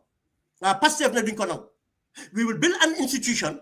We will train engineers to do it for ourselves. Def ko ni. Now, you think the people going to school at your in those regions, they will not have hope that industries will come to us. These are the things you do. You see, in corruption, bu Pastef, they know them see audit reports. They quote the audit reports. They want what have happened in the corruption. But the one those amount of money, America, we might not need the development partners, the jail loans. We can take this, we can do this, we can do this. That's what programs are. But Gambia, then you all learn a manifesto. But manifesto, the people don't understand it. It doesn't go detail to how it impacts on them. Hey, Gambian politician, do they address the teachers union? You don't have to go to the teachers union to address them, but you can address the issues about teachers. You go to the drivers union, address issues about drivers. Address kneeling to address it. The usual programs. The reason again, to give you an example. When Barack Obama came in, but what did he sold Americans? Hope. He sold them hope. For Mota, so they may read Bugambi Mulane, audacity of hope. The power of the just hope. That's why he said, yes, we can. These are the things, narrative you have, mom want to create. We don't limit ourselves as political parties or activists. Then the audacity to go and speak to the people and tell them how we're going to impact them. The level of division. Man, Mustafa Balamare quickly, because Suleiman explained something that brings a loss of memory. Because man, this Pastef style be, it's not new. Because some of us who grow up in the eras of those days of PDIS, it's exactly that. Because a lot of us pick up a lot of these things from that time, because conversation be low one, dialogue be low one. So in your head trans be, they will explain it. The time of boy bayre, all these things, and it was trickling down. Then of course you have the activists, a part of it being there, the Moja as well. The Moja that was on the ground, going to the grassroots, going to the people. So we have it, but in the process being then to lose. I think the 22 years of Jammeh also killed that. Everything killed, because then we just abandoned it, because it was like survival mood survival. Nobody is thinking how do you strategize, but we lost that track from that days of Jawara with the PDIs, the Moja, because Pastef is exactly that, even more sophisticated, more sophisticated. Even the Moja, we were having people time of being when moved to the anti-apartheid movement. They were farming Gunjur. That time I don't know all these places. Gunjur, Katong, farming group, farmers helping them doing. There were lots of things going on. So we lost it. Jammeh killed it deliberately or unknowingly as well. It's just by coincidence. It's like we went into coma and then we're still not getting down there. Man, for now, feel a problem because Pastef are not doing anything new. Law have they? No. The Foucault or the Moja movement haven't done. Yeah. No, why? I'm going to Pastef is called the anti-establishment. Yeah. Anti-establishment have been here forever. One thing you give Pastef money, they are the force anti-establishment to depose and two elections. Yes, that's true. That's one thing you can give it to them. But again, you have to be part of their persistence. Why? No, not only that. What many times, because of the generation now, you have more youthful generation than the 50s and 60s and 70s and 80s. You have a larger demographic of youths today. Yes, and we have more information technology. Information technology, some into it. What I saw all the countries in Africa change their possible because you have to target. What Pastef targeted first? Why the youths? and the disaffected. Yeah. Now, Somalane, the positive youths, in fact, they educated their parents to become positive. Yeah. The elders of Senegal are the last to join the positive movement. Yeah, because it takes time to the change. youth. They are conservative. Yeah, they're conservative. They start, why? How much? So they may be doing Suleiman, didn't they damage our youth? Because madam, I'm the feeling that they said damage done by Jammeh 22 years.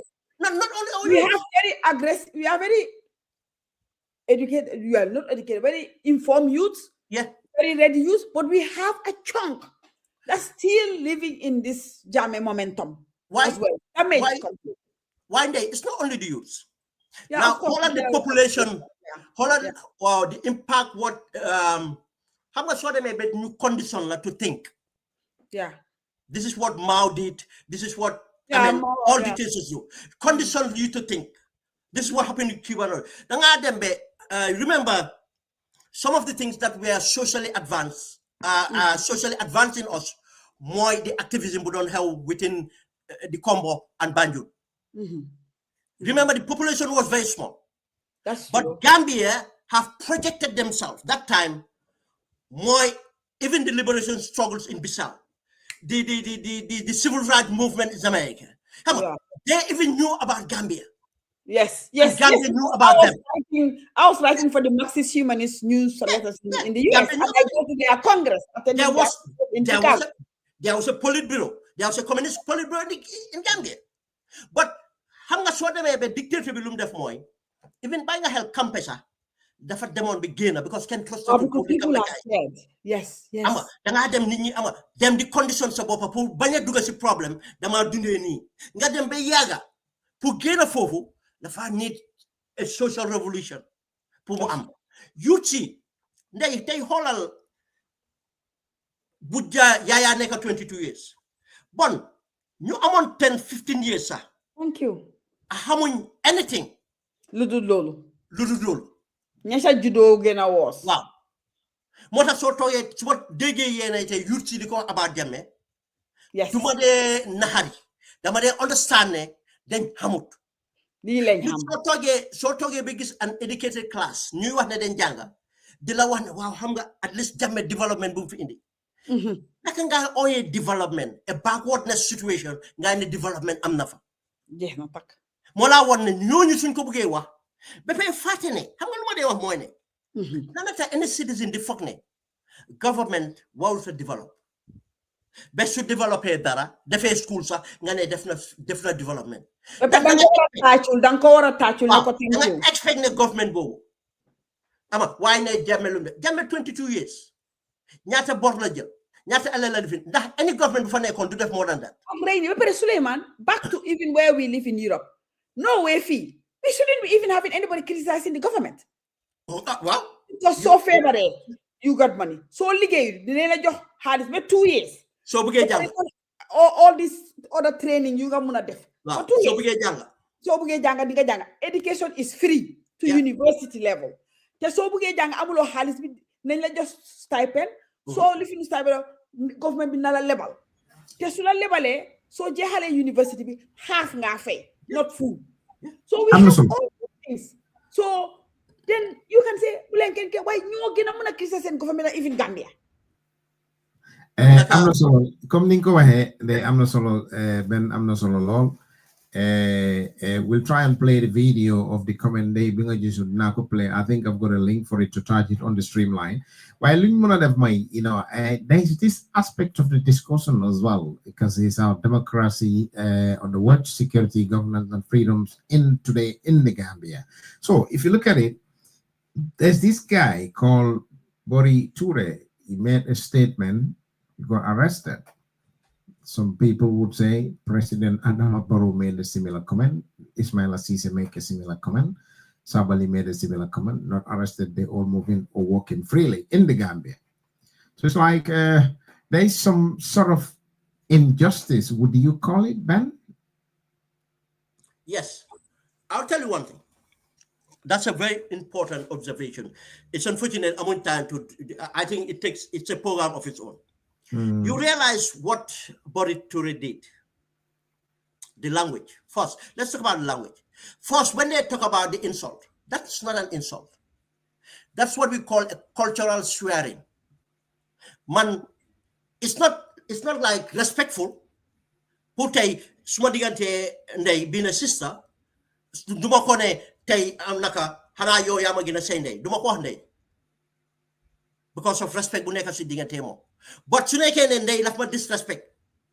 Just as Barrow disrespect the Gambians. Just as the government disrespect Gambians. The spokesperson of government. Dr. Ismail Sise, the Oye Dieni Chaga. The Oye whatever, the saga nini, the one buy ken momufi. Wow. Su nekkee ne kër yi ñu jiite kër gi ñu ngeen bàyyi kenn moomu fi kenn gënu amen naka xasidiya li fi su keneen waxee ne moom tam kenn gënu koo say ndey. It's not an insult. I might not use those words, but it's not an insult, one. But now, duñ ko investigate from more incitement. Incitement, it's not to so defee an analysis, got reference. That's not an incitement. You see, moo tax soo gisee in educational institutions, you they allow that leverage so that people can be informed. When you start to quote so like incitement la, that's a dictatorship. Because that's how you educate people. That's why I am always motam sayuneka. Dama de buga reference deka plus pour nit ñi mëna gis sel sen bopa lu ñoo wax. Bori Touré xamna ne lu mu wax dafa effective naxari na len because ragal nañ. And I can tell you one thing. Yeah, for a lawyer to say that. I applaud Bori Touré for being an executive member going to the people because of UDP bari nañ executive members. Su Ousainou Darboe génnut wax wa Bojang waxut Larry Cissé waxut daanaka doo dégg kenn su Essa Faal waxut doo dégg kenn su Mama Kandeh waxut doo dégg kenn su Halifa Sallah waxut doo dégg kenn. This is one of the problems political parties am. Send youth presidents, send youth women mobilizers, then what are them do? And what Boris said first, he gave an example. Mune Sadawda mo waxone in 1992. Ne suñ ko votalut dëkk bi na duga ci loxo ñoo xamne dinañ ko regret. What happened in 1994? Votal nañ ko, but the point mooy ne fekk moom seen boppa ñoomi PPP si boppam ñoom ñoo doon xeexante.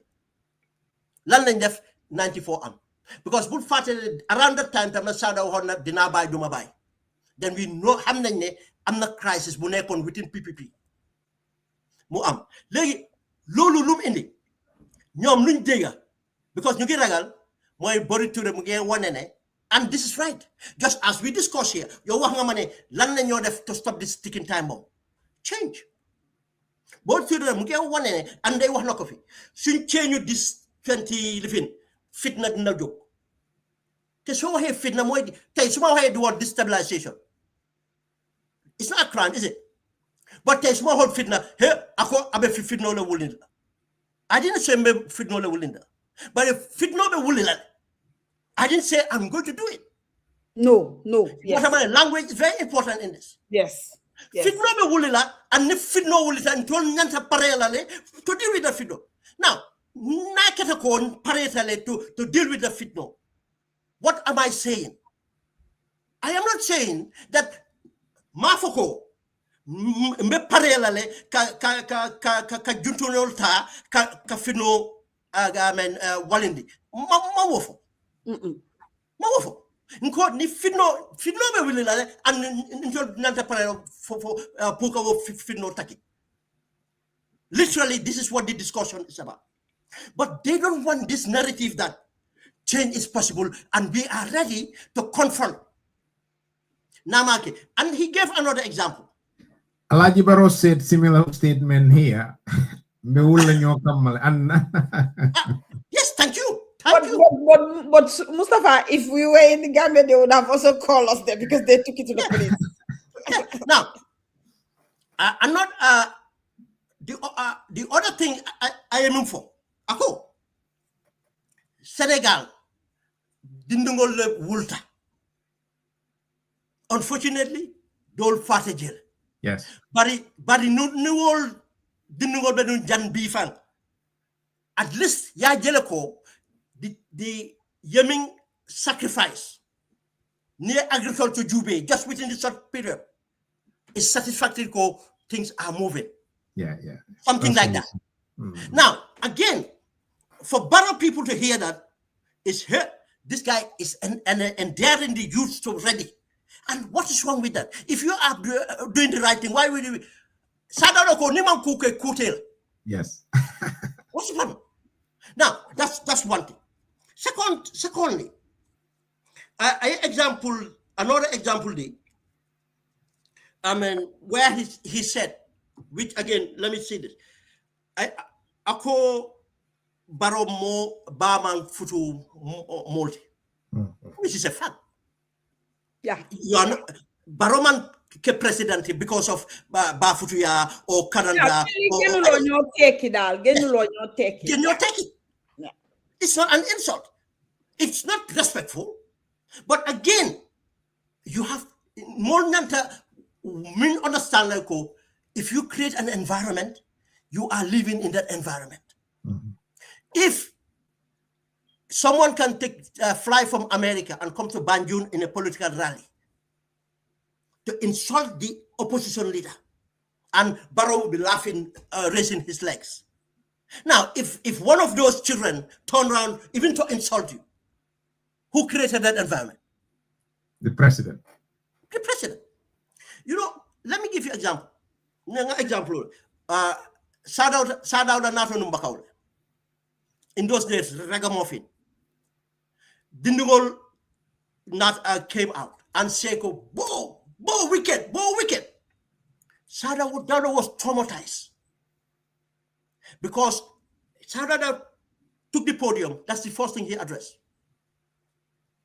He said, Nata Bakau Dindugol Malong Munemu Boti, but a wicked into Molbela Yaloneko Sadauda Monkey wicked passing. Just shows you the mindset that he was traumatized that he was called wicked. You see, that's the environment. But that's when he explained, no, that's like a accolade. It's a Rastafarian way of saying that you are great. But the language traumatized him. But if a president sits down in Banjul, I don't want to name the person, we all know he came from America to insult. The same person was given a full program to attack the opposition leader, insult, suggest all these things. They never condemn him. We saw Mama Jalbi even after Bori is arrested, how he was insulting Bori. Yeah. Mama Jalbi. But my Fati, I think my Fati makes a similar sort of statement as well, and Ismail Assise. Yeah. No. What do you think that because since I saw the Criminal Offense Act being implemented, Barrow dafa gën aggressive, and all of them challenge Jafur. Parce que man, the level of attack and rudeness. Bul fate, Barrow said it. Criminal Offense Act bi daal depuis buñ ko dugalee ñun amatuñ jaama. Suñ fu leen neex ñu saaga ñu. But Ayande, I think this is time to really. Ayande, you see, this is feel like they am problem with the swing MPC. Barrow on na ko mune suñ ko su pare dina make sure. Now, why the Lanata opposition MPs talk for the vote? Exactly. They should have worked out. It's a selective law. But they are protected there, Suleiman. You let protect tamit. So because man, depuis ma gisee ak bobu gëna dal, I see Barrow intensive man, Barrow a monster. Because a monster, Minister Sami nek a monster, advisor Sami nek a monster, they all turn to a monster. Yeah. But dinga lenen lu bori touré wax time ak yedem. About registration, birth certificate, about voter registration outside the jurisdiction of Gambia, voter card registration, on all those things. Fofula wa hembe di fitno. Mune technically be fitno wulinda kan nyanta parela. Because we all know that they don't. Lenen look government de ragal wax moy. Nen make sure the election is free and fair. Then ko ragal. Yes. Now, recently, Ahmad Ba commencé waat na muy wax ne nañ taxaw fii police nañ taxaw fii nañ suñ doom yi nañ jóge fële ñëw already doon nañ di wax that message te ndey kenn waxut ne amut Gambian to dëkka over the borders.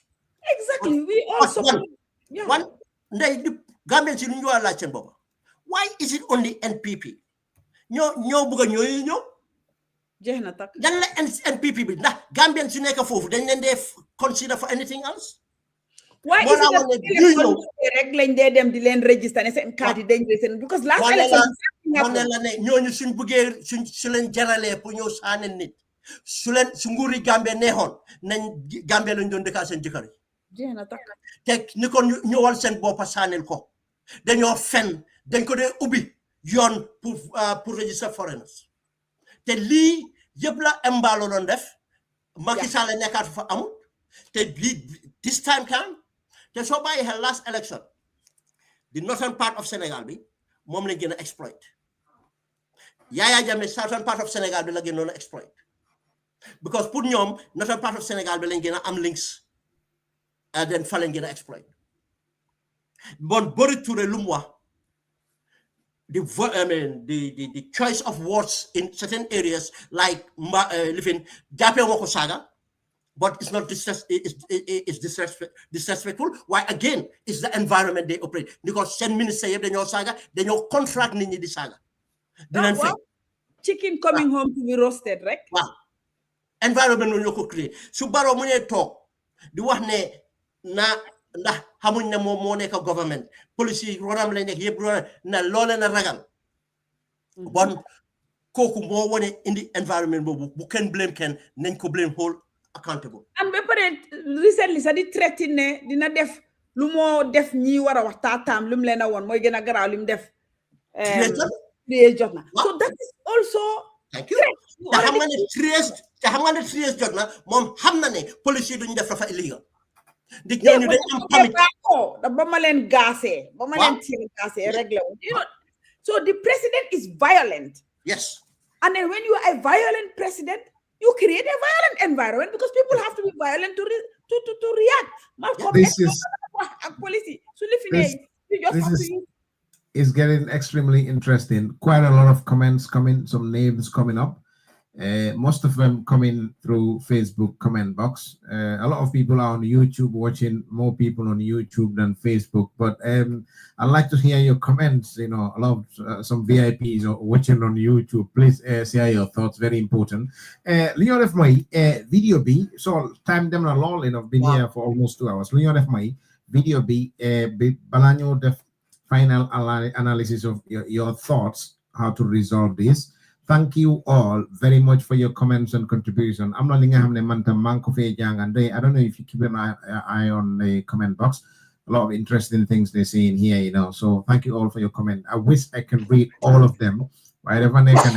We want to put some points across Mota, you know, then help also. Thank you all for your comments. So Leon F. Mai, let's have a little listen to the video because video B, it is very important to the extent that because the message we're saying here, the family message be is going across. Message be so the behamne linga wa or linga dev is making somebody paranoid or somebody angry because towards the end, you know, well and comfort at the end delay coming that sort of, you know, that tells you something is not, you know. So just bear with me, guys.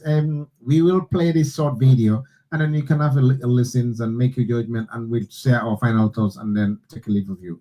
Bear with me. But at that time, there was no social media, nothing.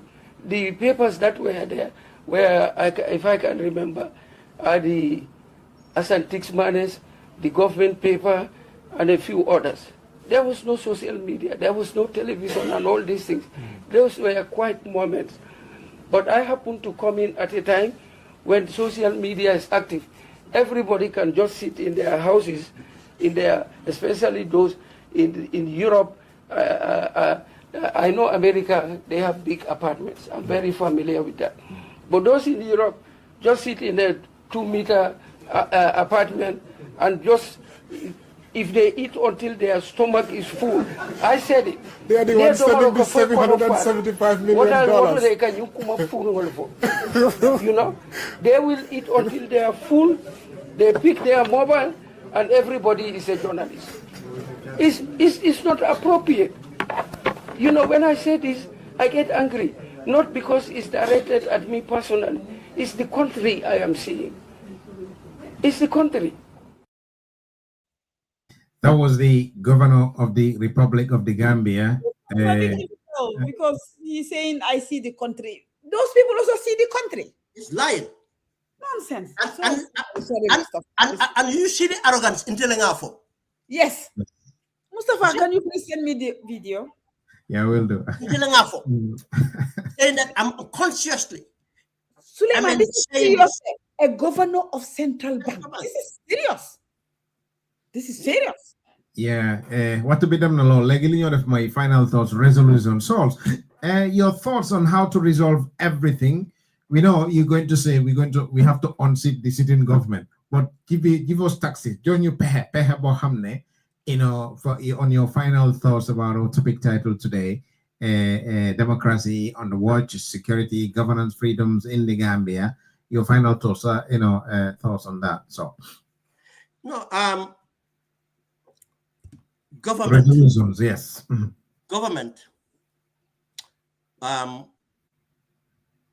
Du gëna important fii mooy la fa am reason lu tax ñu advocate on at ñëpp d'accord si ne bu kenn toog lu ëppa ñaari appa 2 terms Sadawda soo understanding political history of Gambia lu bari lu yaaxu ron Sadawda mooy after 2 terms xam nga developing country soo yàggee rek danga entrench soo entrenché lañ dee wéeru si ay askan doo dee wéerooti si nit ñi dangaa dem be daanaka sa interest si nit ñi representative loo ko danga am representative ñu ñan nga represent dangaa dem be xam ne carte du la fa génne di entrench because lana tax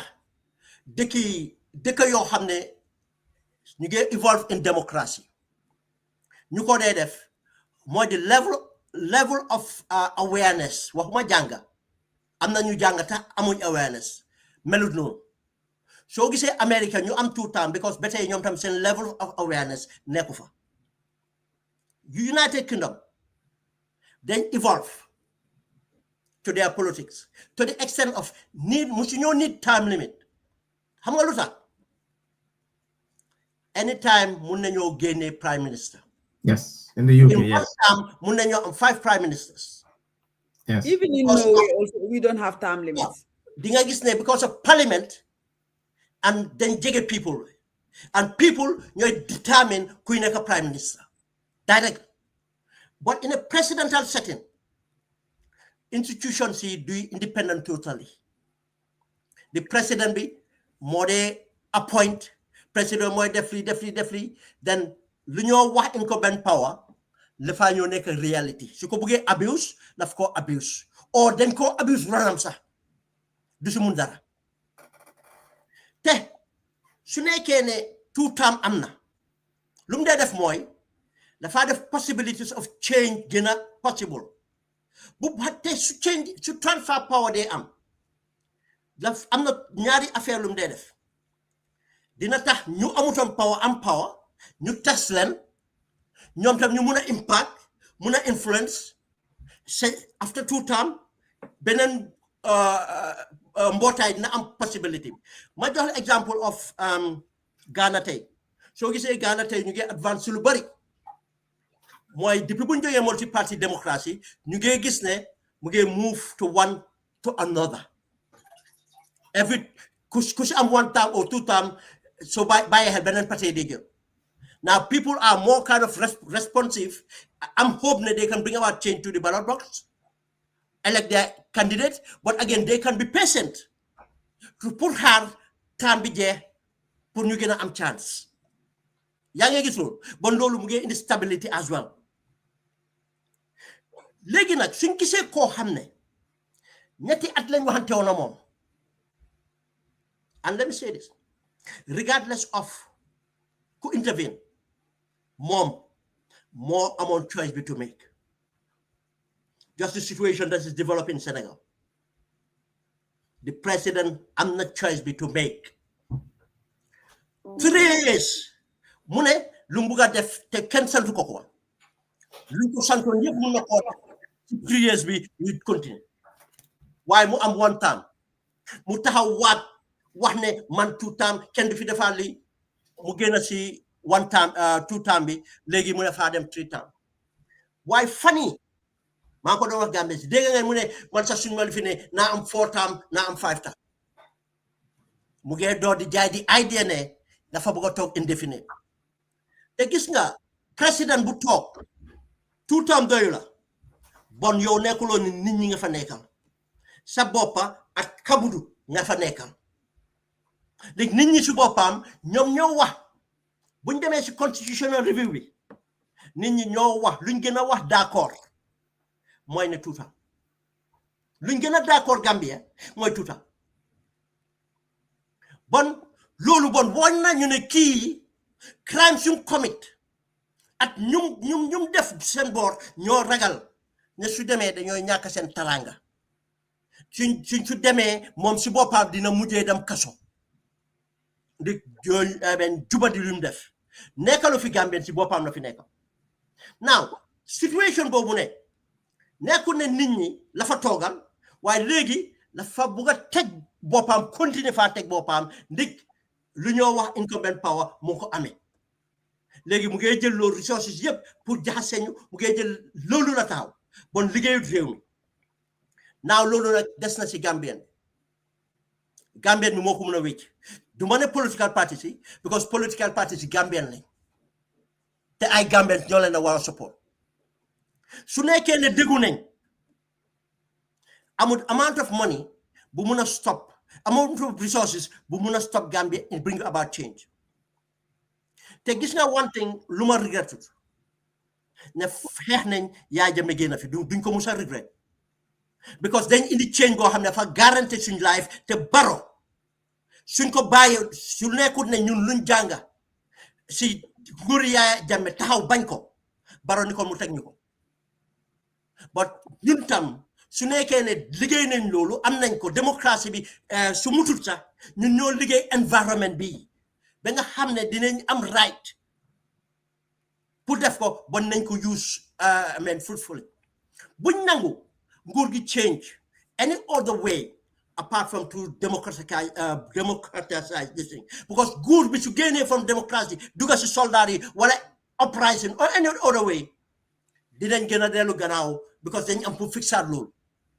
waaye tey dinañ am luñ mun a ñàkk a d'accord dinañ am ba juróomi parti nañ ko am si opposition bi ku mënut a gis nag benn si juróom yooyu pour support bon yow demal support Barrow ni support Barrow nga bëgg a support because su mënumaa gis lan evidence buñ am si 10 years yi ne Barrow génn na si kenn ku ko wax rek bu la kenn da bul dégg nit ki lu mu wax yéena yow sa xel moo ko mutale buñ fàtte nag lu yaaxo si réew mi du Barrow ko yaaxade dafa am ñum si àndal waaye xam nga nit si boppam rawatina nit ku ñuul sàcckat bi nekkee mbokkaam bugga na koo nuba tapalekat bi su nekkee mbokkaam bugga na koo nuba waaye bugga naa joxoñ keneen te lu buy bon suy am te ñoom dalu ko wala mu ngi seen njëriñoo dina ne mu di gis nañ ko si struggle bi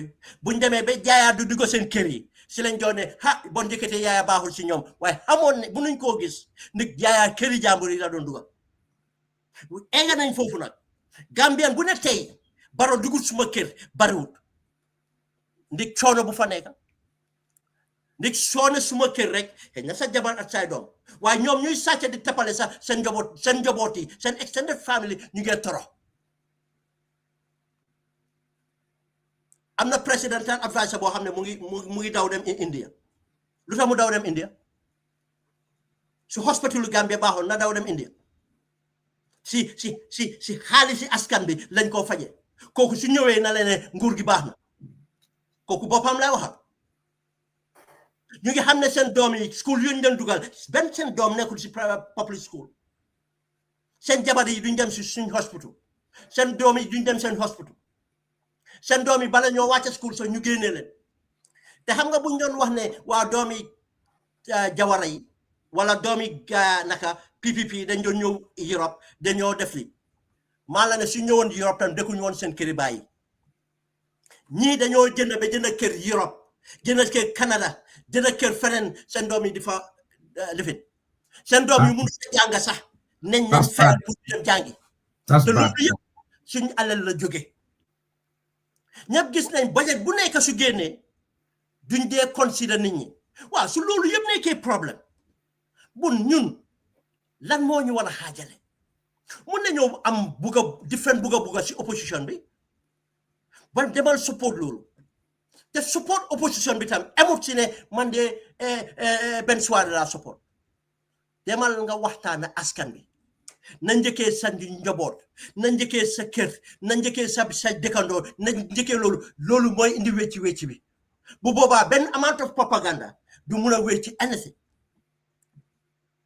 te naa wax Gambian si one thing comme ni ñu ko fa waxee government bi su continuer fitna na am lanata fitna di am ma setal ko xam nga complacency bon dañoo jàppane mu ñun luñ def rek si élection jotee nañ ko win because luñ def nu mu bonee nii nit ñi toroxee ni sonee ni yëpp ñu win elections bon dañoo luñ def rek dañoo gën a def audit report yaa ngi fi lu nekkaan fi gisuñ ñu xeex corruption kenn du xeex corruption doo dem Mali tout ba gis kenn ku fa dugg corruption docteur Banja bu ñoo wax dañ ko arrangé pour cover up corruption bi si boppam ñu sacrifice ko mu ngi nii ECOWAS bon amul benn nit buñ punish amul benn drug cartel bu mag booy dégg ne tëj nañ ko kaso dañ ko jox bail sax waaye suñ doom yi ñoo xam ne société ci boppam moo leen fail ëppa doole bi government bi ñoo leen fail tey soo demee Mali tout ñoo fa nekk ñu ngi remind win waxuma la Mali tout sax de remind win ñu ngi seen yelleef joxuñ leen ko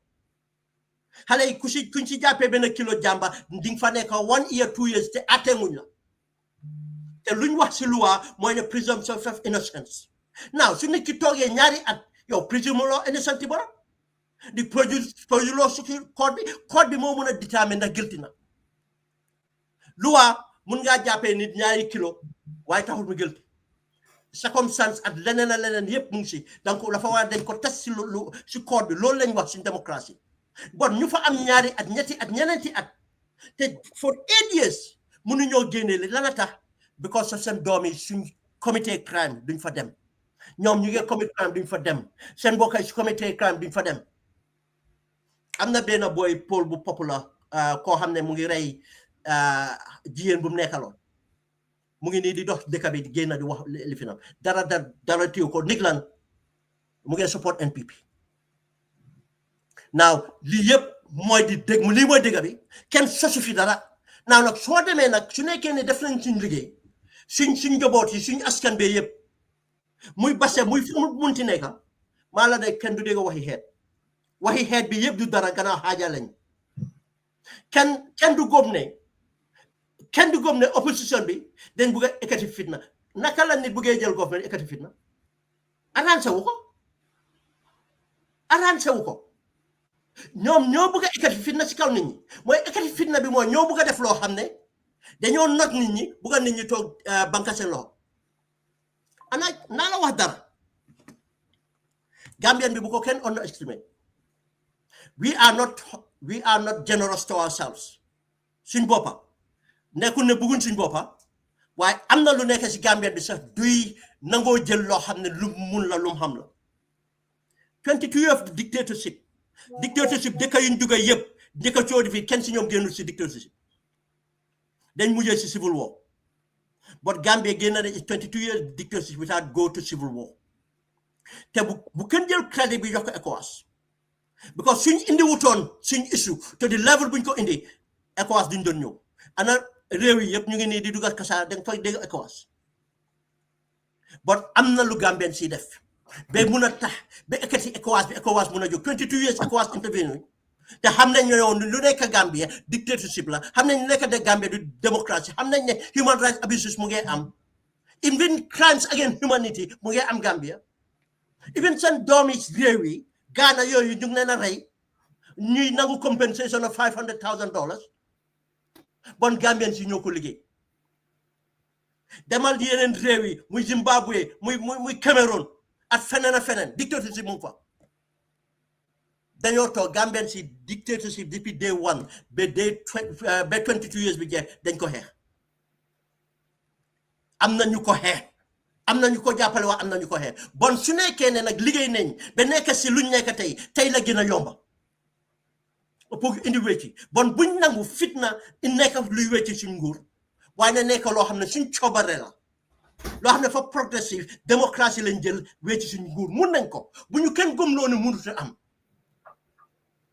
waaw because am na ñu bari ñu am kaddu ñoo xam ne government bi la ñoo waxal waaye bañ a génn ne government bi la ñoo waxal waaye ku dem sample Gambian si saa yu ne ko soo sampulee Gambian dañ naa ne dañ doylu waaye nag léegi nag ultimately dëgg la Gambian si ñoo ko mun a wecci waaye nag Gambian si dañ am lu leen a jiitu pour ñu wecci ko moo tax opposition bi nag am waar bu ëppa ñeneen ñi ñun suñ civil duty la ñoo def laf ñu war waaye ñoom dañ laajte pour ñu teg leen fa bon ñoom seen waar moo ëppa ñun suñ waar bon ñu ngee opposition bi tam proactive seet luñ war a def yëpp xam nañ ko kenn du fi nekk di xool ba dëkk nii lañ ko defee nii lañ ko defee xam nañ ko bon nañ jël leadership boobu waaye pour nekk si executive rek di tanta sans di yaakaar waaye bu boobaa su government change ma nekk dara lii la opposition bi war a wécc nañ wone ne jàppa place executive taxul la nga doon loolu suñ amee government sanu cabinet la waaye dañoo xool ndax yow dañ la évaluer te soo ko mutut ñu génnee la wàccee la teg fa keneen lii yëpp lañ war a def pour mun a indi wécci waaye wécci mun naa am si jàmma waaye jàmma jooju foog ñu wone ne pare nañ ko soo paree xam nga su la nit bëggee bulli nit bëgg laa dóor su xamee ne da nga pare xam nga laf ko dee xalaataan Barrow nag fa la nekk léegi mu ngi seet nu moo continuer su amul nu moo demee Moustapha maa ngi ko wax déglu ko NPP ñu ngi am a secret candidate te mooy Yankuba Dabo GRA I tell you this Dabo Barrow mu ngi seet su ko munee def na ko def su ko mënut a def dina daw jox ko Yankuba Dabo moo tax mu pare di property bi in naka la tudd in Morocco jënd nañ property Lagos non Abuja jënd nañ property fii luñ am Sénégal daanaka yëpp génnee nañ ko soo study Embalo di nga xool Barrow fan la paree dem bugga naa toog Gambie nag bu boobaa su Yankuba Dabo wii ne ba toog ba entrañ mu mun a toog këram gi fajaara te këram gi fajaar man maa ko wax kañ la waaye du ne ndax dinañ dem génne na ko ñeppet di dugal ko si koot Barrow xens ne yàlla ko may mu ngi dunda bés bi dina ñëw nañ ko dugal si koot Amin. nañ ko dugal si koot man maa la ko kon mu ngi am kër Morocco am na kër Morocco and I said this about 2 years ago I had this information that the same company that facilitated the property villa for pour kii Macky Sall ku toppatoo loolu mu ngi négocier Amat Ba moo ko jiitu woon moo taxoon Amat Ba doon dem Morocco after moom mu dem Morocco mu jógee fi dafa dem private visit Morocco léegi lu laa gën a woon evidence bi tey lañ ma confirmer ne ma dégg léegi am na bu mu indee di ambassadeur gis nga ambassadeur yi dañ gën a magante mu génnee Qatar génnee dat ambassadeur dama dee fàtte santam waaye mooy brother ku nekk social security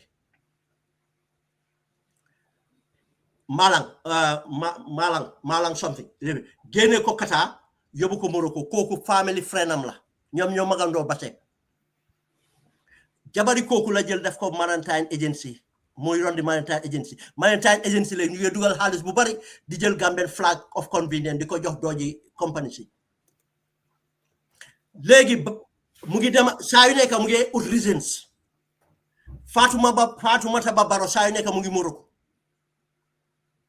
Barrow su amee opportunity dem Morocco lii yëpp pour fu moo dem noppale ko ngum su nekkee ne gis na ne du mun a dem Yankuba Dabo toogal ko fa pour mu mun a am freedom bi toog Fajara si kër goo xam ne am na ñuy xayma ne ëpp na $5 million lu moo sampa ëpp na $5 million si loo xam ne moom land bi moomu ko xaalis boobu yëpp fu mu ko jëlee nañ ko lijjanti soobee yàlla. Thank you, Mustafa. I'm not solo. I'm not coffee one there. Somebody's saying it's got a compound in whole, just after late, if you go past late. Farmers about Barrow, I'm not an agent, a family member, who gender run down properties, because renovate, because jai. And most of the contractors working for her, they are Polish and Eastern Europeans.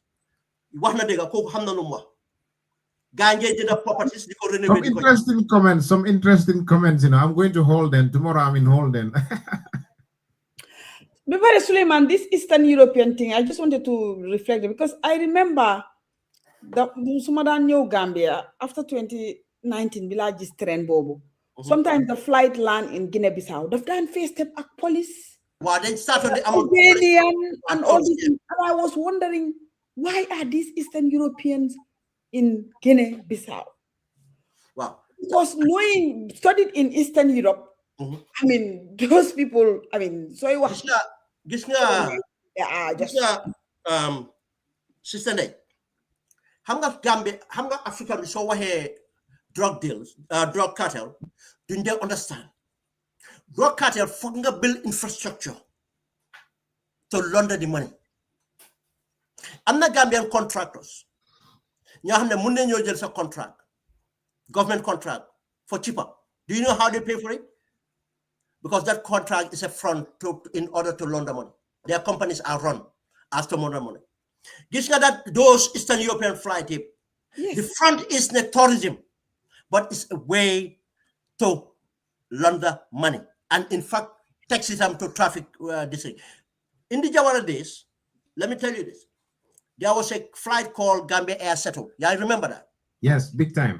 Flight Bobula Ramsey Diab Amal accident Casamas. That flight was owned by Pakistani. Time of heroin. Mode joge Afghanistan to Pakistan. No Gambia. Through many these things. Bepe London money through Gambia Air Settle. Gambia Air Settle used to fly to Mauritania, I think Bissau and Casamas. It was an infrastructure. Their head office, one of their offices was in Bakau. Drug trafficking in heroin. It's this is what transpires. In the Jawara government, it was not the government Sibopam, but there were people in very high places involved. But in the Barrow government is part of a way. La fa bokasi ninja ame alel. Mota ñom ñep so xolé they are linked to the godfather moy Musa Dramé koy xamné moy di treasurer for NPP.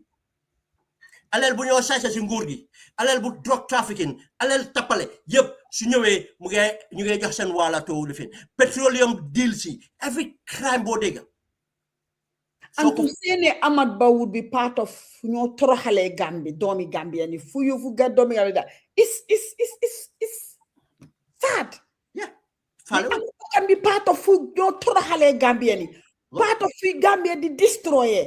Ahmad Ba can be part of that. No, it's sad. I'm sorry, but your final thoughts, Dan, observation day before we go. Yeah, man, dama buga wax Suleiman, Jerejef, definitely. It's always good to have you with your expertise, your analysis, and then pour dimbele ñu pour gëna break down things pour nit ñi gën ko mëna understand and information bi tamit gëna. Thanks a lot, definitely, because they're busy with time and everything, but you managed to make it to help our people understand, because non rek lañ mëna continuer xeex bi non rek la mëna gëna démé di mo nit ñi xam mu gëna leer di mëna nit ñi understand muy gëna ré, because sometimes so they wax nit ñi duñ ko dey understand. But one lesson la lan bi suma yaay ñëwé this time, and then ma ko talal local lifini, and I was in fact coming the local language lifini, and then of course member caring, and then this other guy Pamane, and I put it on suma demé ligéy mu ko déglu suma revenu di mala jamane diga halisi nuwa di konte yoyo Gambia diga de halisi ay nga manako yes halisi mo konte diga, and at some point suma revenu way ñun yépp dañ ko dé dégga ñi yépp li fi so I realized ne ñun information bi ñoo am outside suñ nit ñi sax amuñ ko, because the access is not there because when you Gambia they doguma la gis nga li la don explain ne positive sen volunteers yi dañoo dem si bantaba bi 10 people ñu toog wax yeen si lifin won leen xaalis bu wax leen di yëpp and ñooñu dañ ko dee xam bet ñoom dem di ko casquette dañoo dem di ko wax ñeneen bala ngaa dem jël political rally mu cost la hundreds of thousands te yow sa supporters yi rek ñoo fa nekka you are not listening. Why not take that 100,000? I mean, facilitate your these things to reach out. Yeah. That's how it works. Sister Sami suñ ko kole mu ne hey yéen lu yeewu Gambia yow lu and she will explain as well to ñooñu ne lii la lii and léegi sax su ma ko koolee dafa ne hey maa ngi doon déglu maa ngi taal paamande maa ngi taal membe kere xam nga so she become part of that process pour mun a gën a understand even though yaaga na nekk opposition but léegi la gonna understand half the tool pour mun ko lifin Suleiman, I'm just saying again because I'm not time with them. Thank you so much, Jerejef, and I hope we will be able to have you to go deeper because I'm looking at Mustafa Nyungewa if Droki. Maybe that could be very interesting to look at because I see the family dekabi the Yahundik affair Droki and Suleiman has been writing a lot on that. Especially because to just presidency, but drugs tamit. They just want Jerejef for your time and everything. One thing I think déglu kat yi and thank you all of you ñu ñoo déglu jërë leen jëf ñi comment ñi binda ak luñ dee wax rek ngeen jégal ñu dañ dee bëgg a jël comment yi waaye dañ dee bëgg a tamit ngeen am information parce que balaa nga dee am ñi di likes of Suleiman and gesi ñoo ici balaa leen dee am daf léegi-léeg jël time they are busy suñ leen amee dañ dee bëgg a exhaust opportunity bi ngeen am tool si den nga xam ne another time we can take it si comments yi Mustafa daf dee bëgg a dem daf dee dem di comment di jeekal waaye one thing Suleiman wax na ko fi mooy ne am nañ choice bu kenn wax ne man de bëgguma Barrow de waaye dama xamul kan laay dama xam amul kuma saanil o amuñ candidate bu ko kenn wax soo buggee ne Barrow nga bëgg a saanil rek honestal nga ne Barrow laa bëgg a saanil waaye at least Suleiman wax at least 5 candidates am nañ leen ñu nga mun a choose li ñoo wax rek mooy ne everybody not Barrow because boobu mooy stratégie ba pare Suleiman mu ngi benn lu important ne buñ nangu démocratie bi ñun ñoo ko xeex kenn xeexaluñu ko 22 years Suleiman we were all in the struggle Mustafa all this people xam nañ naka la mel xam nañ naka la métti woon xam nañ naka la difficult woon ñeneen seen famille ñoo dee duñ mun a dem Gambia ñeneen ñi mënuñ ta dugg Gambia ñeneen ñi mënuñ ta dem Gambia ñeneen seen yaay réer nañ seen mag gi seen papa yi mënuñ ta dem Gambia ñeneen ñi téye nañ leen rey nañ leen ñun gis nañ loolu yëpp nañ leen meeg sone garder nañ démocratie bi ñun rek a ko mën a garder Barrow mënuñu koo gardeloo police yi mënuñu koo gardeloo ñun rek a ko mën a garder and loolu la Suleiman wax na ko very clear ne ñun ñoo ko mën a garder buñ nangu démocratie bi wecci to dictatorship because yoon boobu lañ gis loon boobu lañ door a di gis démocratie nag du dee just like that du dee toog rek déedéet comme niñ ko gisee ni ndanka dafa yoot ndanka ñu jël su voice yi suñ dooree noppi rek mu gën a dëgër suñ jëlee ñu allow leen ñu jël suñ right yi suñ doole yi leen suñ right ristique ko rek mu gën a dëgër suñ toogatee ñu bàyyi leen rek ñu jël seen doole bi teg ko suñ kaw noot ñu that's it den dugga nañ dictatorship ba pare noonu la démocratie dee du dee pam rek ñu toog ne fu mu nekk ni Gambie dee démocratie dina déedéet ñu te ñu ngi koo gis mu ngee yoot président buy war a toog di saaga nit yoo xam ne ñoo ko fal di ko fay di ko dundal moo jabootam bi ba pare Suleiman wax na fi le rob in fact I'm very interested in that ne su setee ñoo ko setal ñuy toog mu ñoo saaga kon war nañoo xam ne waxtu bi jot na pour ñu tàggatoo kooku soo àndee xarit sax mu doo di la tirit yenn façon titi di la def yoo xam ne rafetut ñaaw na fana xarit boobu di nga taagoo moom foofu lañ àggaa Barrow dañ war a taagoo moom te taagoo moom si kaw jaama parce que Suleiman wax na beneen ting tamit ne président boo xam ne buga ngaa toog mu daan 2 term den yow amuloo interest nit yi te Barrow foofu lañ am Barrow jeexal na 2026 fa la am ñun Gambien ñoo ne supportuñ 3rd term Barrow mu ne moom pare naa toog ba 5th term léegi ñun si nañ ko woon si suñ carte yi 2026 ne ko duñ la saanil doy na because ñun loolu ñoo ko mën a def soo léegi dama bëgg a wax ne Gambien si biir Gambia ak ñun ñu nekk si diaspora bi dañ war a jóg taxaw ku nekk ne di nga saanil ku nekk ba mu des Barrow parce que foofu lañ war a xeexee ñun ñëpp gis nañ lii xew umput kenn ñëpp a nekk social media soo nekkul Facebook yaa nga TikTok soo nekkul TikTok yaa nga Facebook soo nekkul Facebook yaa nga Instagram ñu ngee gis yëpp online media baa ngi ne fak information moom ñaakuñ ko pour lii xew si dëkk bi buñ alaaw ragali dictator because Barrow door na tànka yi ba tax ñu jël suñ future mogéej ko 22 years xeex nañ àddina si yëpp tagañu Barrow jël suñ victory bi sàcca ko jël ko delloo waat ko jox ko delloo ko AFPRC daf ko jël delloo ko kak situation boobu lañ nekk nañ takku ñu jëlaat ko si loxoom yóbbu ko fi ñu bugg a yóbbu loolu laa wax dañ war a continuer di wax dañ war a continuer di question dañ war a continuer di xool suñ di si accountable time bi dafa jot pour ñu takku so maa ngi wax ñëpp jëree leen jëf dëkk bi suñ dëkk la man de dama de wax nit ñi ne awma fen fudut Gambia de dëgg la Norway laa dëkk fii maa ngi suma Norwegian citizen waaye Gambia rek laa am awma fen fudut Gambia so dañ war a sàmm loolu maa ngi wax ñëpp jërëjëf again Souleymane jërëjëf si waxtu bu nekk nga make sure ne programme bi am na make sure ne Thiès nga ñëpp speaker si guest yeeg ñun ñëpp ñuy comment ñëpp make sure nekk na jërëjëf di wax suma co panelist yi tamit again ñoom Souleymane Dieng ñu fi munta nekk tey Sol Baji Aziz Bamba Mass and then di waxati jërëjëf rek Souleymane si ñëw bi mu fi ñëw an yéen ñëpp yéen ñu nekka ñun di déglu di comment ñu ngi leen wax jërë leen jëf waxtu bi daal jot na pour ñu continuer xeex bi buñ give up si suñ dëkk bi ñoo ko moom ñoo ko war a liggéey su baaxee ñun la baaxal su bonee ñun la baaxal ñun rek a ko mun a liggéey kenn mënu ko liggéey jërë leen jëf. I'm not sure Monday. I've got a little update here about our football fans. Bournemouth 0, Chelsea 0, Tottenham 2, Brentford 0, Man City 3, Sunderland 0, Newcastle 2, Burnley 1, Everton 3, Nottingham Forest 0, Aston Villa 2, Arsenal 1. So it's we lost today. We lost. Arsenal lost today. Arsenal. So my City is winning today. Leeds United 3, Liverpool 3. So Liverpool 3, Leeds United 3. For those Arsenal, I'm just saying hello to those Arsenal supporters, the king of football. Right, on behalf of all our team here, thank you all for your time, energy, and effort. All the comments is much appreciated and obliged. This civic education program is a weekly program on Sky Power. It comes 1700 UK time and Gambian time, or on every week 1700 hours on a Saturday. So on behalf of all the team, this is a special thanks and appreciation to you all. I would like to take this opportunity and time to say thank you all for listening and watching. Thank you for your comments and contribution. Thank you for sharing the program as well.